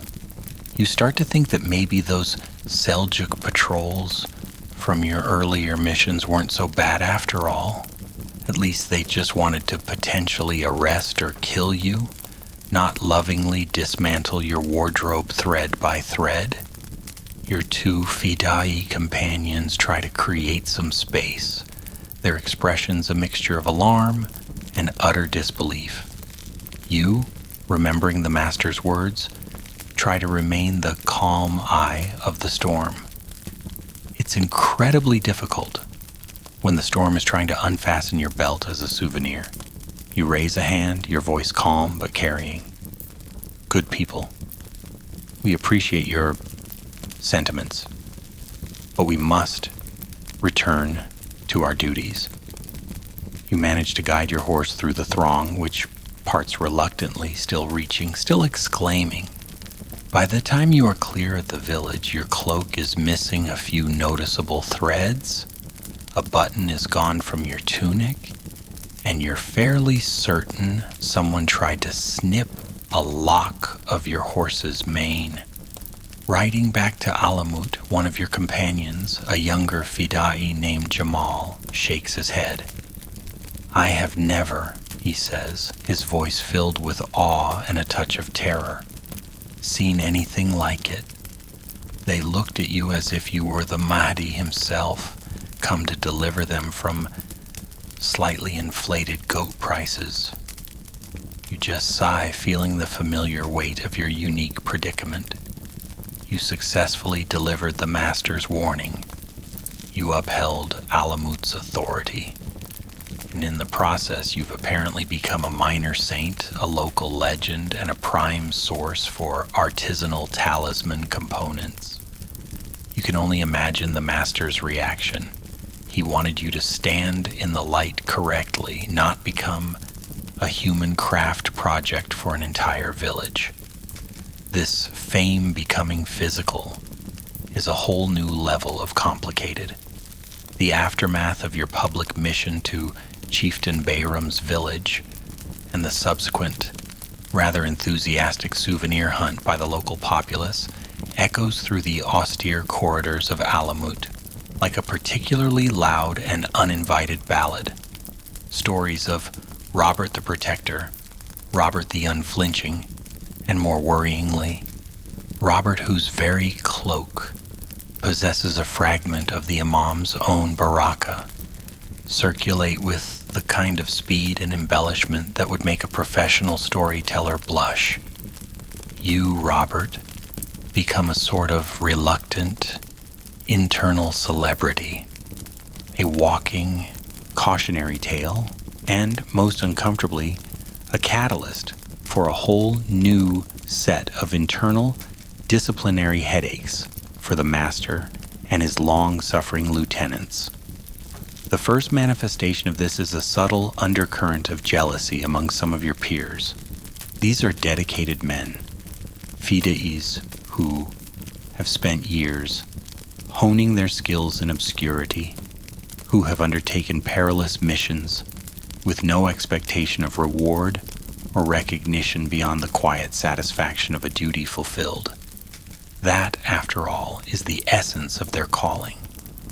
The Nizari Ismailis placed immense value on internal cohesion and the suppression of personal ego. Their survival depended on this unwavering discipline where the individual was subordinate to the community and the cause. They took vows like the apocryphal Oath of the Unseen Hand, pledging to be effective yet unknown, a force that shaped events from the shadows. And now, here you are, Robert, attracting what appears to be widespread public adoration, however misguided and problematic, simply by being you. You catch the occasional snide remark in the training yards. Careful not to brush against Robert, lads. You might accidentally become famous. Or during meal times, as you sit trying to make yourself as small and unnoticeable as possible. Is that Robert sighing with noble purpose? Or is the wind just particularly mournful today? It's not outright insubordination, nothing so crude, but it's there, a layer of resentment, a feeling that you are somehow unfairly basking in a spotlight they are all religiously trained to shun. You try to explain, to downplay, to convey the sheer mortification this unwanted attention causes you, but your protestations often sound, even to your own ears, like false modesty, further fueling their irritation. Far more troubling, however, is the phenomenon of emulation. Some of the younger, more impressionable recruits, witnessing the highly distorted tales of your success in capturing public imagination, begin to actively try and copy what they perceive to be your method. They tragically misunderstand that your magnetic appeal is an accidental curse, not a cultivated skill. Suddenly, the training grounds are filled with aspiring young fida'is attempting to look intensely brooding, but mostly succeeding in appearing as if they've misplaced something vital, like their trousers or their sense of direction. You see them trying to replicate your entirely unintentional heroic silence during supervised trips to local markets, only to come across as inexplicably mute or profoundly rude, thereby offending the very merchants They are supposed to be subtly observing. One particularly earnest novice, a young man named Farid, was even overheard attempting to compliment a particularly stoic-looking mountain goat with the line, "Your eyes, O noble beast, hold the deep, silent wisdom of the ancient peaks." The goat, predictably unimpressed, responded by trying to eat Farid's meticulously copied doctrinal scroll. Brother Yusuf had to intervene before the goat achieved gnosis through ingestion. This wave of misguided mimicry causes genuine headaches for the instructors, and by extension, the master. Brother Yusuf's sighs become deeper, his pronouncements more laden with weary sarcasm. "No, Fida-i Karim," he'd patiently explain after one particularly disastrous outing, staring soulfully at the blacksmith's daughter while she is attempting to shoe a very large and uncooperative horse, will not fill her with romantic admiration. It will, as you have discovered, fill her with a desire to hit you with a hammer. Subtlety, Karim. We are striving for the subtle, not the certifiable. The master himself is forced to address the issue, albeit obliquely. During one of his infrequent general lectures to the assembled fida'is and novices, he speaks at length about the dangers of vanity, the corrupting influence of seeking personal glory, and the true meaning of service to the imam and the community. He emphasizes that a fida'i's worth is measured not by public acclaim, which is fleeting and often dangerously misleading, but by his unwavering faith, his silent obedience, and his effective execution of duties, however humble or hidden. While his gaze sweeps over the entire assembly, you can't help but feel it lingers a moment longer on you, and then on the knot of younger recruits who have lately taken to sighing dramatically and staring into the middle distance with what they presumably believe is profound, Robert-like intensity. Scholarly interpretations vary on the degree of egalitarianism versus strict hierarchy within the Nizari order, particularly concerning the path of advancement for fida'is. But it was clear that adherence to core principles was non-negotiable for all. You, Robert, feel increasingly isolated by all this. The jealousy, however subtle, stings. The emulation is a source of constant, second-hand embarrassment. You are an unwilling trendset in a community that actively discourages trends. You try to make yourself even more inconspicuous within Alamut, hoping to fade into the background radiation of daily life. You volunteer for the most menial tasks. You are the first to arrive for prayers and the last to speak during instruction, if you speak at all. You perfect the art of looking intently at your own feet. This, of course, only seems to convince your misguided emulators that you are practicing an even deeper form of humble, enigmatic mystique, and they redouble their efforts to look soulfully at their feet. It's a vicious cycle of unintentional charisma and disastrous imitation. The master watches all of this with his usual unreadable calm, but you sense a growing frustration beneath the surface. The internal harmony and discipline of Alamut, so crucial for their survival, is being subtly disrupted, not by an external enemy, but by your accidental, unwanted gift. You are a problem that conventional Fida'i training, or even the master's specialized coaching, seems unable to solve. And as you lie on your hard pallet at night, listening to the wind howl outside, and occasionally the faint sound of a novice in a nearby cell practicing a particularly mournful sigh he probably picked up from you, you can't help but wonder what fresh social disaster your mere existence will precipitate next.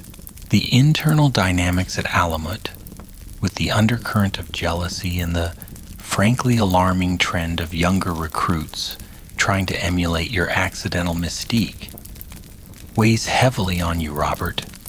You feel like a walking disruption, a human magnet for precisely the kind of attention your order meticulously avoids. Determined to prove, perhaps more to yourself than anyone else, that you can be unnoticeable, that you can control this bizarre aura, you volunteer for an assignment that seems tailor-made for supreme blandness. Or rather, you heavily suggest to Brother Yusuf that your unique talents might be best utilized in a role requiring profound, almost aggressive inconspicuousness. Brother Yusuf, after a moment of appearing to silently count to 10 or possibly 100, agrees with a sigh that seems to carry the dust of ages. Perhaps he figures that if you're going to be a spectacle, you might as well be a distant one for a while. The mission itself is simple. Deliver a coded message, nothing more than a series of seemingly random numbers that correspond to memorized verses, to a Nizari sympathizer in a small remote town known for its pottery and its almost complete lack of excitement.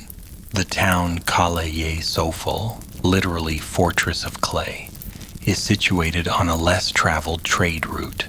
These routes, crisscrossing 13th century Persia, were the lifeblood of the region, carrying everything from exotic silks and spices to everyday necessities like grain and, well, lentils. Merchants of all types were a common sight, and blending in as one should have been theoretically, quite straightforward. This time you decide you will not just aim for unremarkable, you will achieve a level of soul-crushing tedium that actively repels attention. You devise the most mundane disguise your increasingly desperate imagination can conjure. You will be Karim, an itinerant seller of plain, unbleached, undyed linen. Not fine linen, mind you, but the coarsest, most utilitarian stuff, the kind used for sacking or cheap undergarments. You choose linen because you figure it's the fabric equivalent of a wet Tuesday afternoon in a town where nothing ever happens. To further enhance your aura of profound dullness, you adopt a noticeable slouch. Practice a monotonous, almost whining tone of voice when discussing your wares. Ah yes, this linen. It is linen, very fibrous. And carry your few bolts of fabric in a way that suggests they are an immense personal burden. You even learn a few genuine, mind-numbing facts about flax cultivation that you can deploy to instantly kill any budding conversation. You are aiming to be so boring that people actively cross the street to avoid making eye contact. You arrive in XIII, looking, you hope, like the human embodiment of a sigh. You set up your meager display in the dustiest, most overlooked corner of the marketplace. You mumble about thread counts. You avoid looking anyone directly in the eye. You exude an air of someone who has long given up on joy and now dedicates their life to the uninspired exchange of coarse fabric for small copper coins. Historians often debate the daily lives and economic roles of the common people in this period, as historical records tend to focus more on rulers and elites. Reconstructing the existence of, say, an itinerant linen seller requires piecing together fragmentary evidence, but you feel you are giving a masterclass in historically accurate, mind-numbing authenticity. You're not just Karim the linen seller, you are Karim, a walking doctoral thesis on the crushing ennui of medieval textile retail. For a day or two it seems to be working. People glance at your stall, register the sheer unexcitingness of your wares, and your persona and move on. You feel a faint glimmer of triumph. Maybe this is it. Maybe the secret is to be not just bland, but actively, aggressively unappealing. The illusion shatters on the third day. A woman, the wife of a local potter, approaches your stall. She actually wants to buy some linen. This is unexpected. As you monotonously describe the lack of virtues of your fabric, she gazes at you with a disturbingly familiar expression of sympathetic interest. "You seem so dedicated, good Karim," she says, her voice soft, "to travel so far with such humble cloth. It speaks of a sincere heart." You blink. Sincere heart? You were aiming for desperate and slightly downtrodden. Later, a group of younger women pass by and you overhear their whispers. "That's him, the quiet linen seller. They say he has sad eyes because his heart is too pure for this world." One of them giggles. "And did you see his hands? So strong, yet so gentle with the fabric." You nearly drop a bolt of linen. Sad eyes, pure heart, strong, gentle hands. You've been actively cultivating a look of someone who hasn't had a decent night's sleep in a decade, and whose main form of excitement is discovering a new type of mildew. How are they getting pure-hearted, gentle-handed, sad-eyed romantic hero from this? You almost wish you'd gone with the cover of Official Counter of Donkey Droppings for the Municipal Manure Survey, a real, if somewhat obscure, and definitely unglamorous job that existed in some larger towns for sanitation and tax assessment. Surely that couldn't be romanticized. Or could it? At this point, you wouldn't be surprised if they found your dedication to dung earthy and compelling. You managed to deliver your message to the Nizari contact, a baker who thankfully seems immune to your accidental charms and is only interested in the coded numbers. Mission accomplished. But as you pack up your linen, preparing to leave Xlll, a small, clumsily wrapped package is pressed into your hand by a young boy who then dashes away. It contains a small, slightly lopsided clay dove and a note. "For the kind linen seller, whose quiet spirit brings a gentle light to our dusty town. May your paths be soft as your finest wares, though perhaps a little more exciting." You return to Alamut, mission successful, yet feeling a profound sense of defeat. News of your impact on Xlll, the town that was supposed to be immune to excitement, inevitably trickles back, likely via the very contact you delivered the message to, who probably reported your continued, baffling ability to unintentionally enchant the local populace. When you are next in the Master of Alamut's presence, perhaps for a routine report or a general assembly, he looks at you. There's no lecture, no overt admonishment. He simply catches your eye, and then very slowly, he pinches the bridge of his nose, lets out a sigh that seems to originate from the very foundations of the fortress, and gives a tiny, almost imperceptible shake of his head before turning his attention to other, presumably less existentially perplexing matters. That sigh, more than any words, conveys the depth of his weariness with your unique predicament. It's the sigh of a man who has wrestled with empires, navigated treacherous theological currents, and guided his people through storm and shadow, only to be repeatedly, inexplicably baffled by one fidai's inability to sell boring linen without becoming a local folk hero. You stand there, feeling a despair so profound it's almost comical. You tried to be the most boring man in Persia, and you failed spectacularly. You are Robert, the fidai cursed to be fascinating, and not even a career in unbleached, undyed, uninteresting linen can save you. The master of Alamut's monumental sigh following your less than successful foray into the world of aggressively boring linen sales becomes a sort of internal benchmark for you, Robert. It represents the pinnacle of your ability to inadvertently create complex problems from simple premises. You retreat further into yourself, hoping that if you achieve a state of near total social invisibility within Alamut, it might somehow magically translate to the outside world. You take to communicating in monosyllables. You perfect the art of staring intently at walls, and you develop a talent for being simultaneously present and entirely elsewhere. Your fellow Fides mostly just give you a wide berth now, unsure if you're engaged in some profound meditative practice or if you've simply lost your mind. Either way, you're generally left alone, which is a small mercy. However, the Robert effect, as some of the wittier and therefore more annoying instructors have started calling it, is not so easily contained.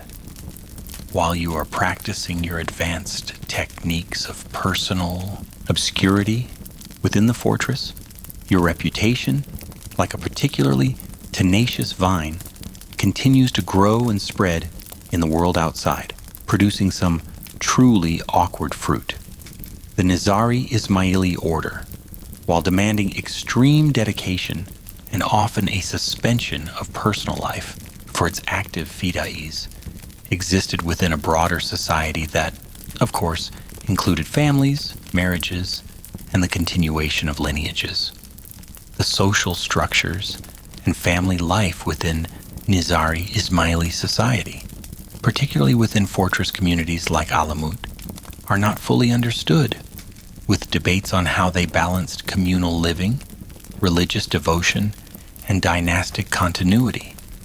For a Fidari deeply engaged in training or on active, perilous missions, romantic entanglements were an obvious and unacceptable risk, a distraction at best, a fatal security breach at worst.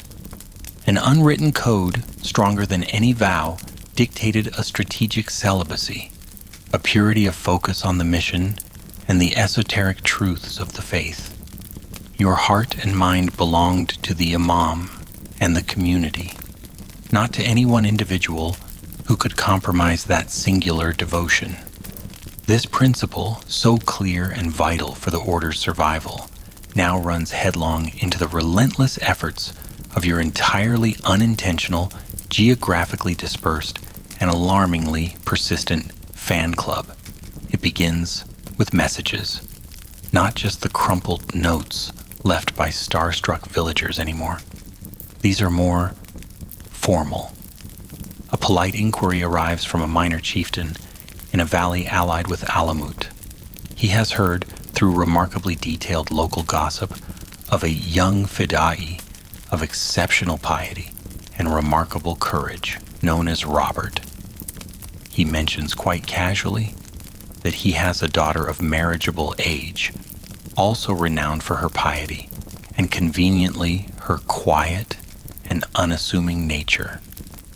He just thought the master might wish to be aware of this paragon of local virtue, should any of his exemplary young men be considering settling. Brother Yusuf, who is now tasked with screening all incoming messages that bear even a whiff of the Robert problem, develops a pronounced facial twitch and is heard muttering about needing stronger tea or possibly a very tall cliff.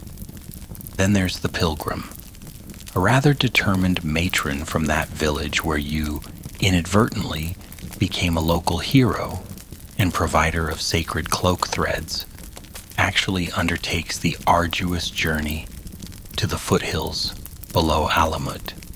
She doesn't attempt to enter the fortress, thankfully, but she makes it known to the Nizari farmers in the terraced fields that she wishes to offer prayers for the continued well-being of the noble Robert, and perhaps, if it wouldn't be too much trouble, receive a small blessing from him, or even just a glimpse. The farmers, loyal but bewildered, pass the message up. This prompts a hurried, high-level discussion among Alamut's leadership on how to manage devotional tourism centered around a fidai, who is supposed to be a shadowy operative, not a revered saint.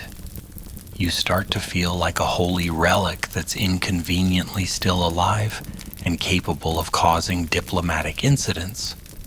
Political marriages and strategic alliances were, of course, a cornerstone of medieval statecraft across all cultures, including Persia.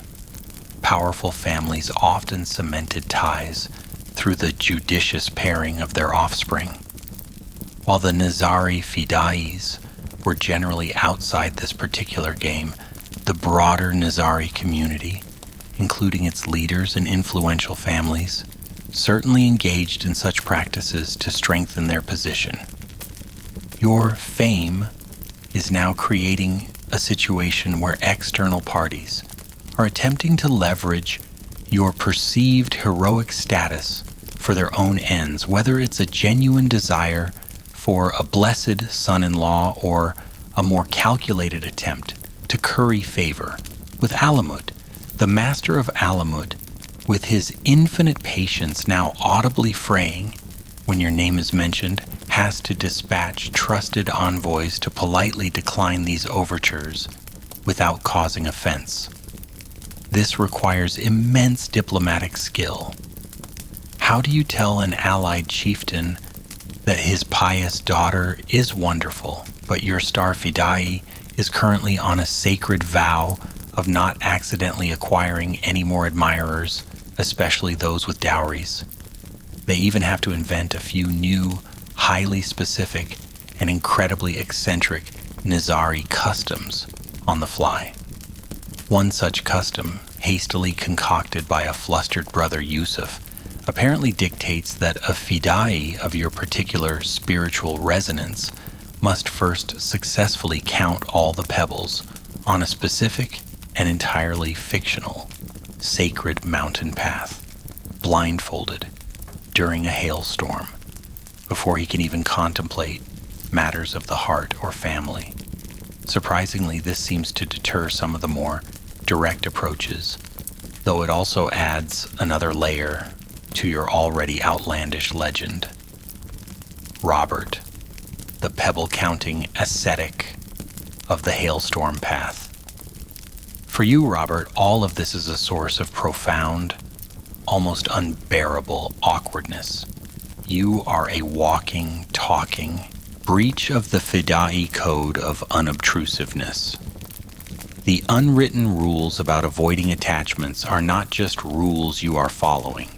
They are rules you are now actively causing immense trouble for the leadership to uphold in the face of external pressure. You are not just practicing strategic celibacy, you are the reason for a whole new chapter in Alamut's diplomatic handbook titled Managing the Marital Prospects of Unintentionally Charismatic Operatives. The lectures on purity of focus, on the dangers of worldly attachment, now seem to have your name subtly watermarked on them. When the instructors speak of the fidai, who must be like a polished mirror reflecting only the divine truth and the mission, you can't help but feel like a mirror that's unfortunately also a highly effective chick magnet, or worse, a magnet for determined mothers-in-law with political ambitions. It's a unique form of torture. Being a living testament to everything a fidai is not supposed to be, all while trying your absolute best to be exactly what you should. The pebble-counting ascetic of the hailstorm path, rumor, while effectively deterring some of the more direct marital inquiries from ambitious local families, does little to dampen your overall unwelcome legendary status, Robert. If anything, it adds another layer of tragic, romantic heroism to your already overstuffed public persona. You are now not just brave and mysterious, but also engaged in Herculean feats of meditative endurance, presumably to purify yourself for, well, something incredibly noble and probably involving a lot of soulful gazing into the middle distance. The reality, of course, is that you are mostly just trying to avoid tripping over your own feet while carrying out your duties, and the only pebbles you're counting are the ones that get stuck in your sandals.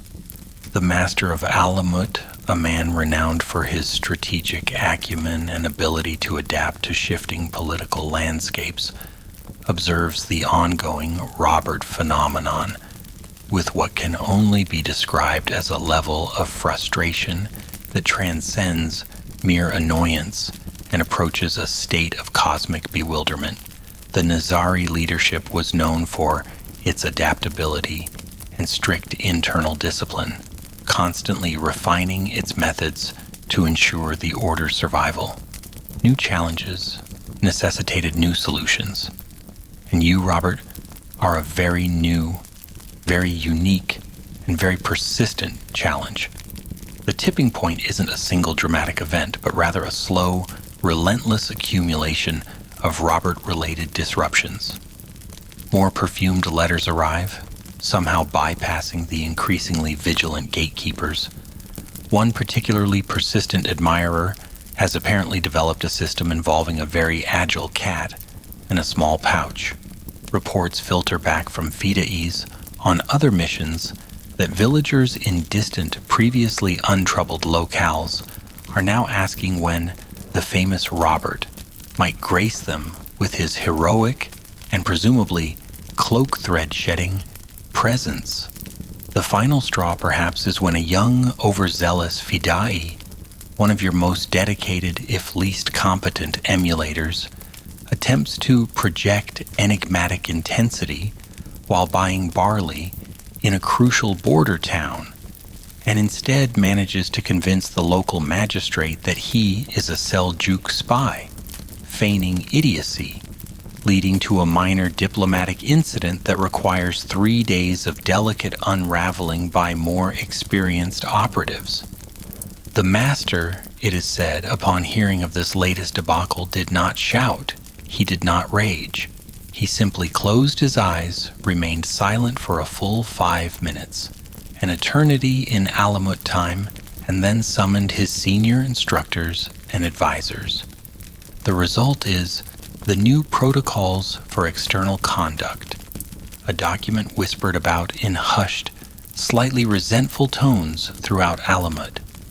Though your name is never explicitly mentioned, within its meticulously penned calligraphy, every single new rule, every added stricture, every painstaking clarification feels like it has "This is because of Robert" written in invisible ink between the lines.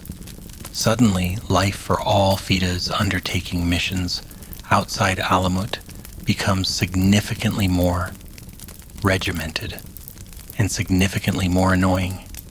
There is, for instance, the Edict of Studied Neutrality, which mandates that all Fides must now undergo supplementary training in the art of projecting an aura of such profound and unwavering disinterest that they could make a tax collector look like a festival parade.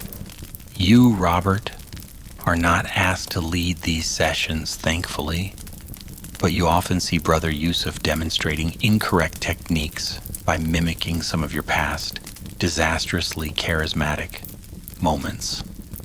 It's not vindictive, just illustrative and deeply mortifying.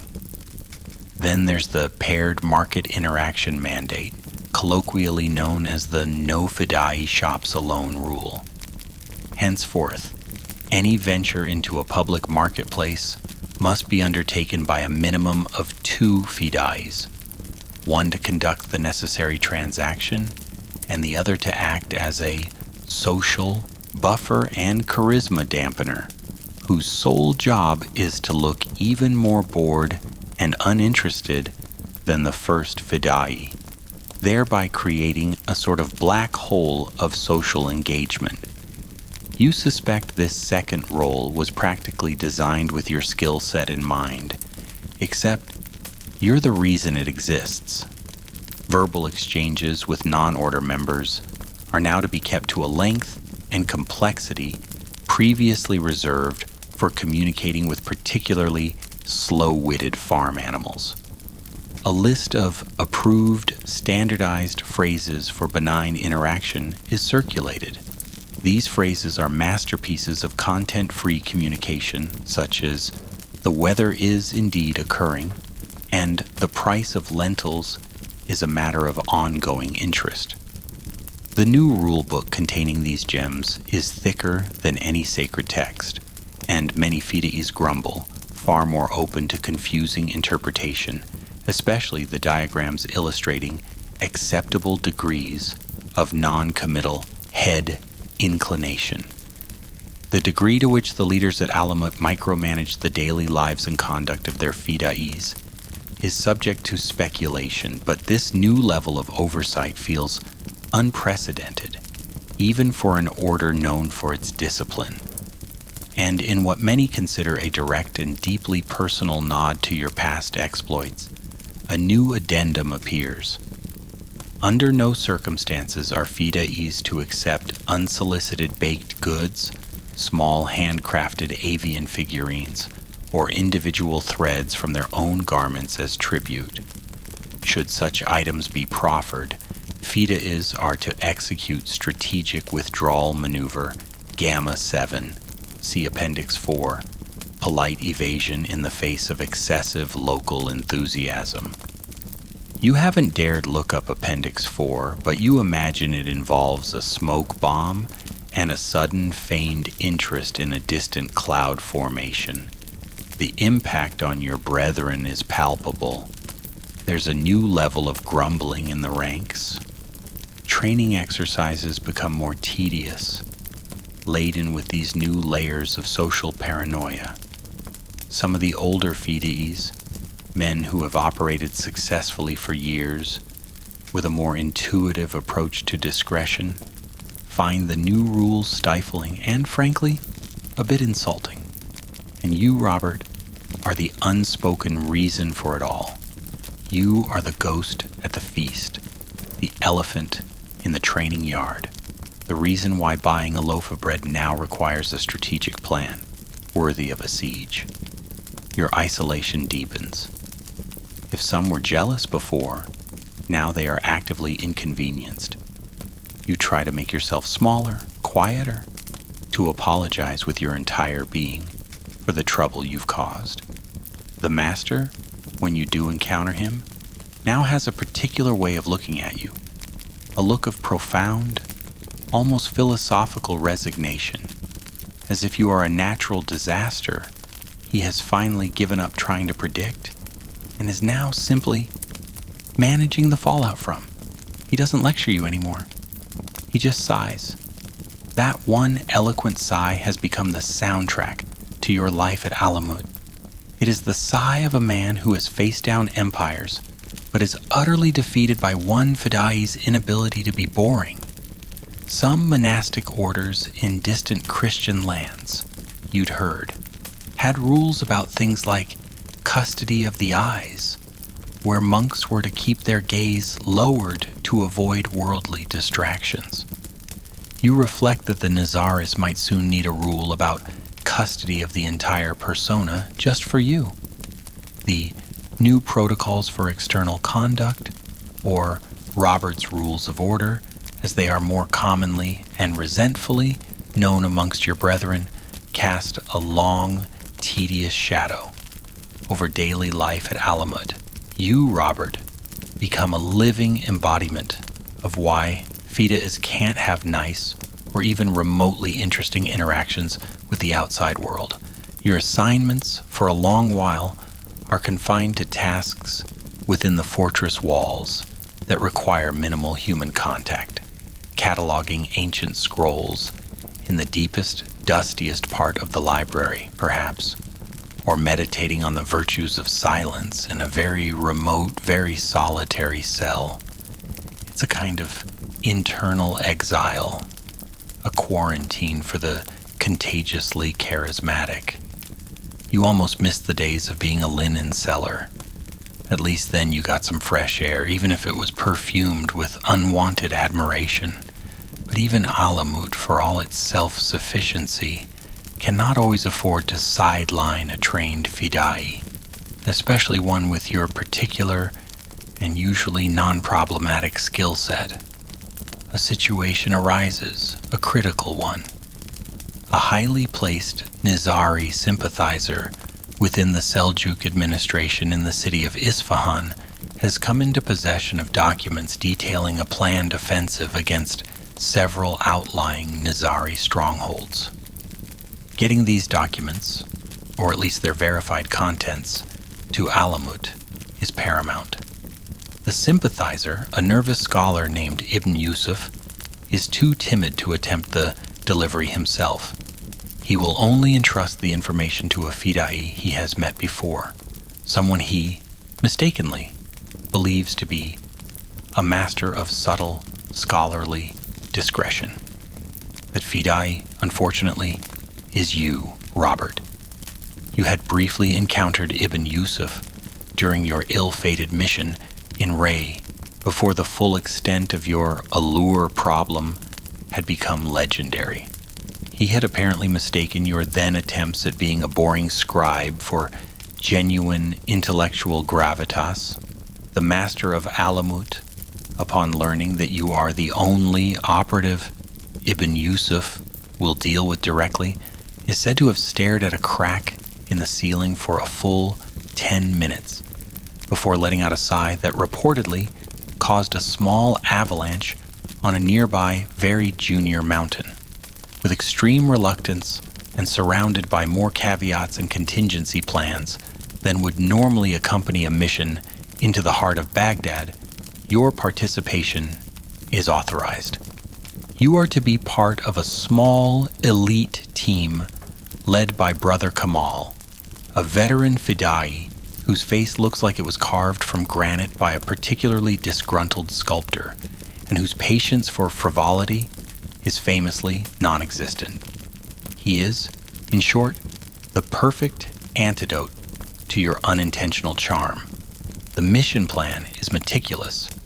You will rendezvous with Ibn Yusuf at his secluded villa on the outskirts of Isfahan during the dead of night. You will receive the documents. You will depart. Minimal interaction. Maximum adherence to Robert's rules. Brother Kamal gives you a pre-mission briefing that consists mostly of him staring at you and saying, "Robert, do not be interesting at all, for any reason. Is that understood?" You nod, feeling a familiar sense of dread. You understand all too well. Espionage and intelligence gathering in the medieval period were, of course, fraught with peril and relied heavily on the reliability of human informants. Ibn Yusuf's nervousness was a known risk factor. His daughter, however, was an entirely unanticipated variable. The rendezvous initially proceeds according to plan. Your team navigates the shadowed streets of Isfahan with silent expertise. You arrive at Ibn Yusuf's villa.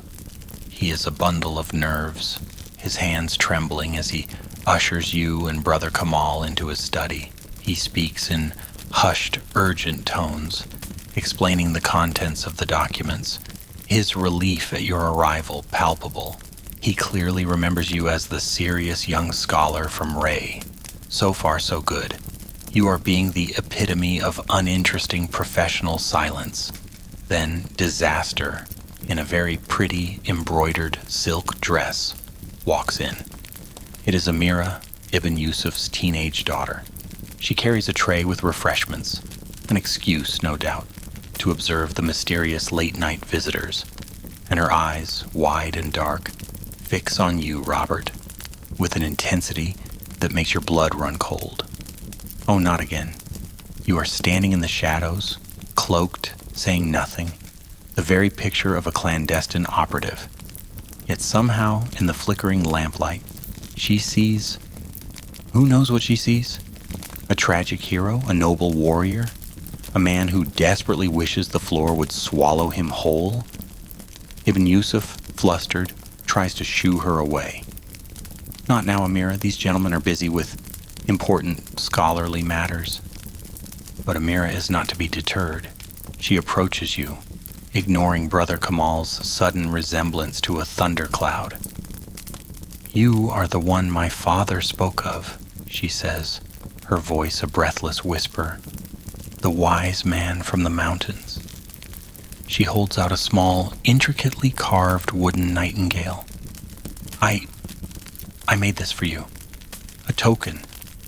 They say, she adds, her eyes shining with a fervent, slightly unhinged light, that if a maiden gifts a nightingale carved under a full moon to a silent traveler, the djinn of true love will bind their souls forever, even if he wanders to the ends of the earth.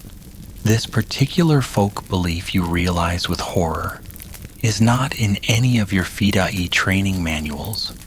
The role of women as active agents or unwitting disruptors in the intelligence operations of medieval powers is an area that often relies on piecing together anecdotal evidence.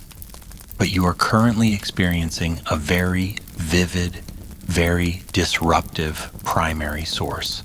This is happening at the absolute worst possible moment.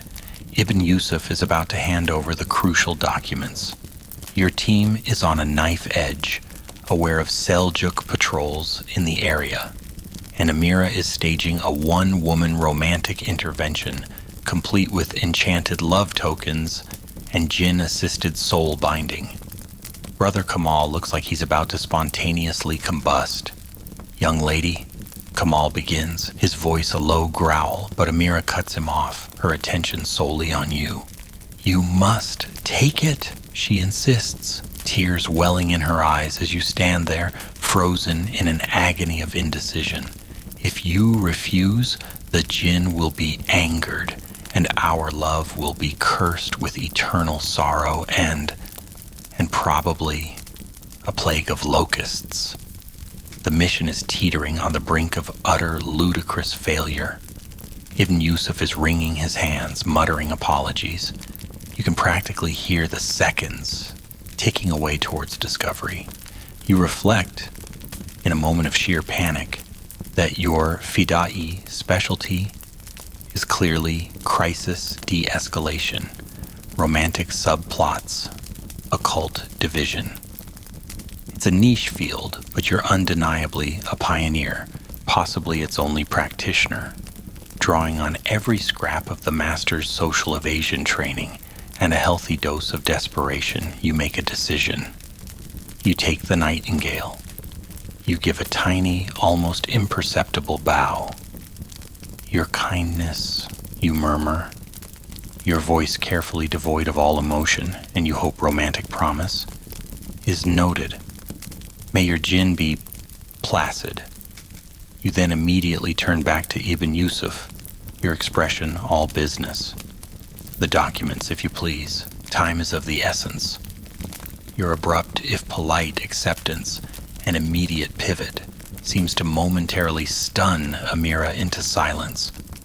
Brother Kamal seizes the moment, hustling a now even more terrified Ibn Yusuf into handing over the packet.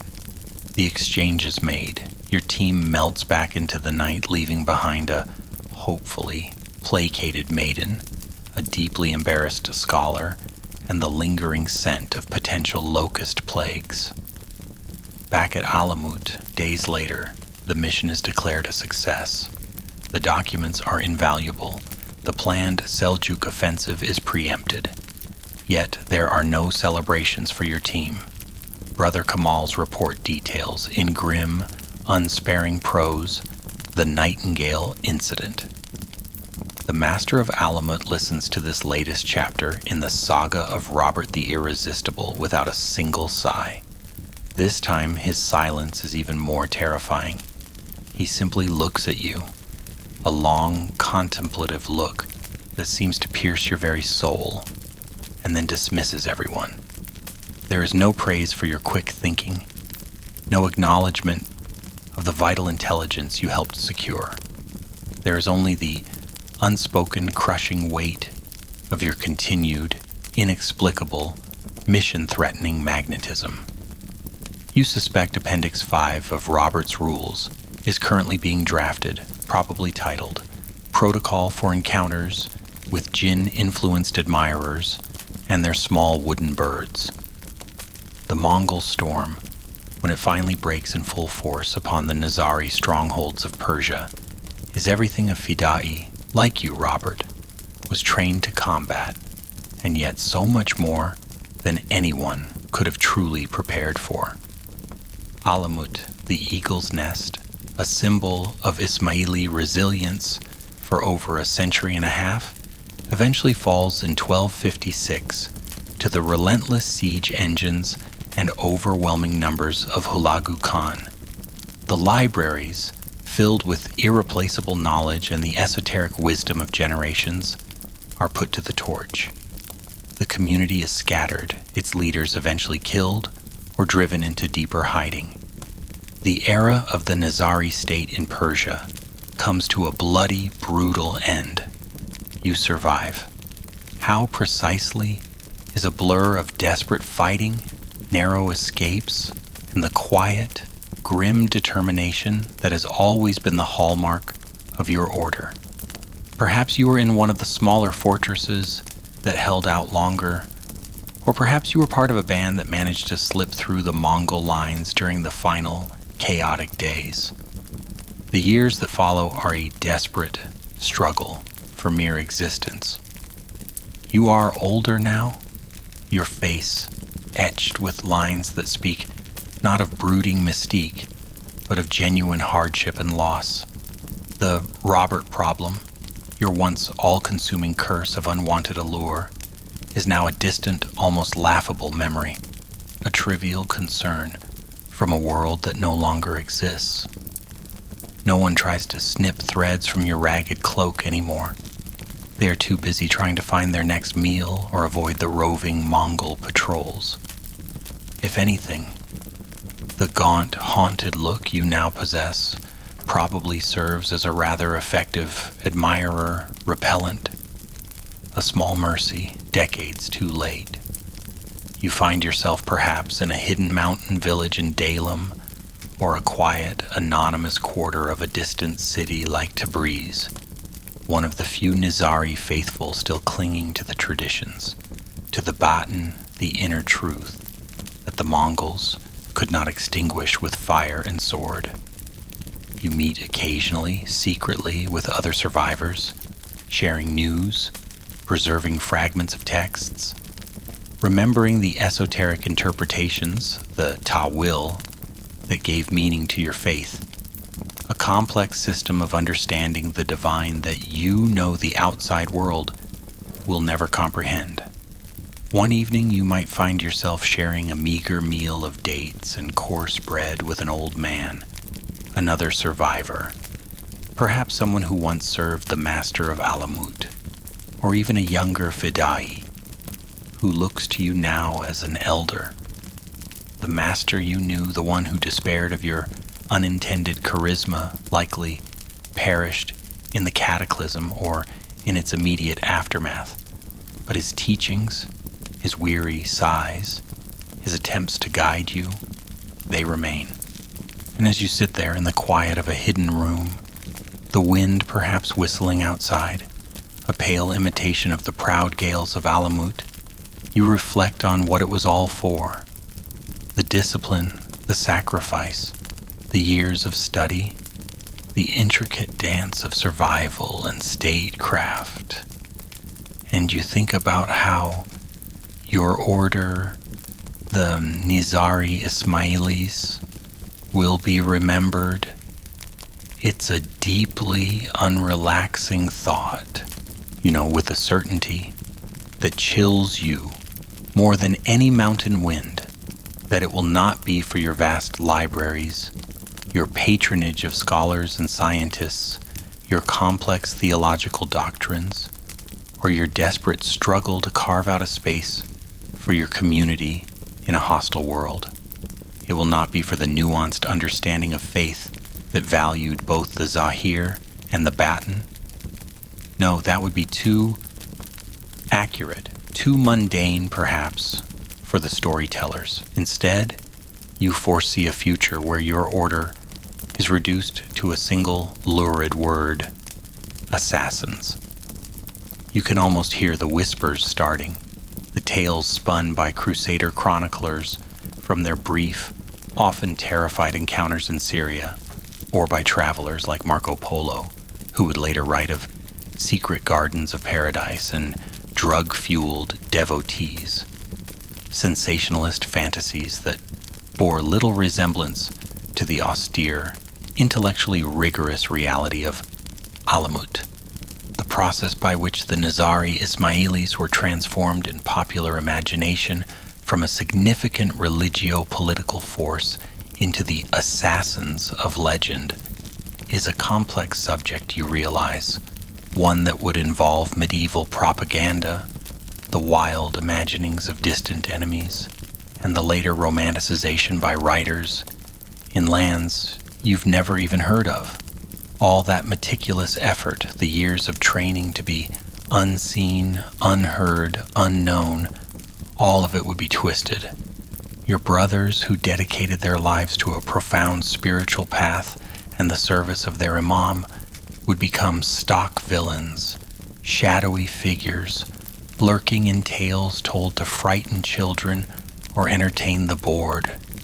You imagine future scholars, centuries hence, arguing not about the nuances of Ismaili gnosis or the political acumen of your leaders, but about the most historically accurate way to depict a fidai's hood in some garish theatrical display, or a concept so alien you can barely grasp it, some sort of moving picture box story for the masses, reduced to simplistic figures in some future storyteller's lurid entertainment.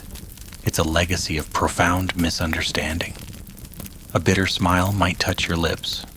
For so long, your personal trial was to be constantly misunderstood, to have your every serious intention twisted into something romantic or mysterious by those around you. Now it seems your entire order is destined to share that fate, but on a grand historical scale.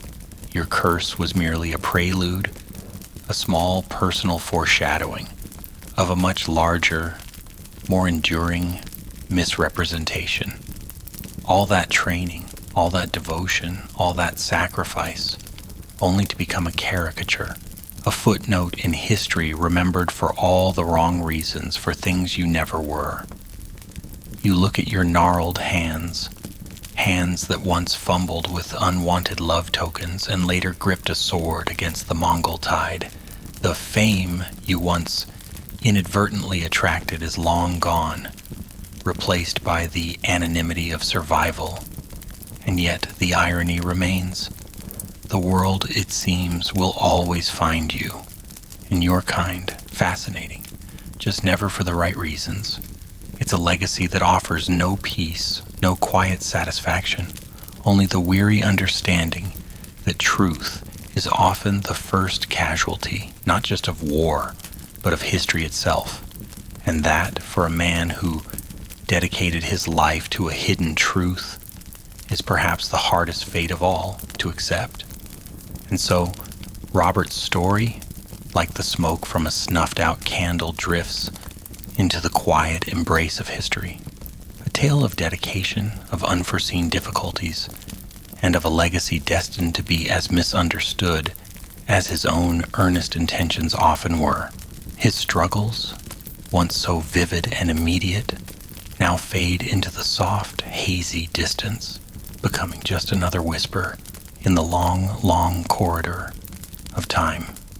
The weight of his particular burdens, the sting of injustices, the weariness of a life lived against the grain of expectation, all these can now be gently laid down, released into the quiet stillness that follows a story told to its very end.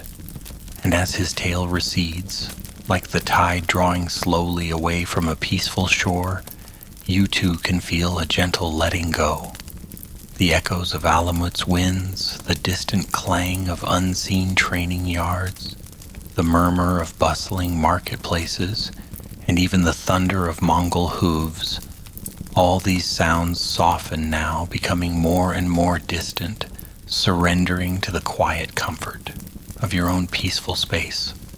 There are no more missions to undertake, no more perplexing social codes to navigate, no more legacies to ponder.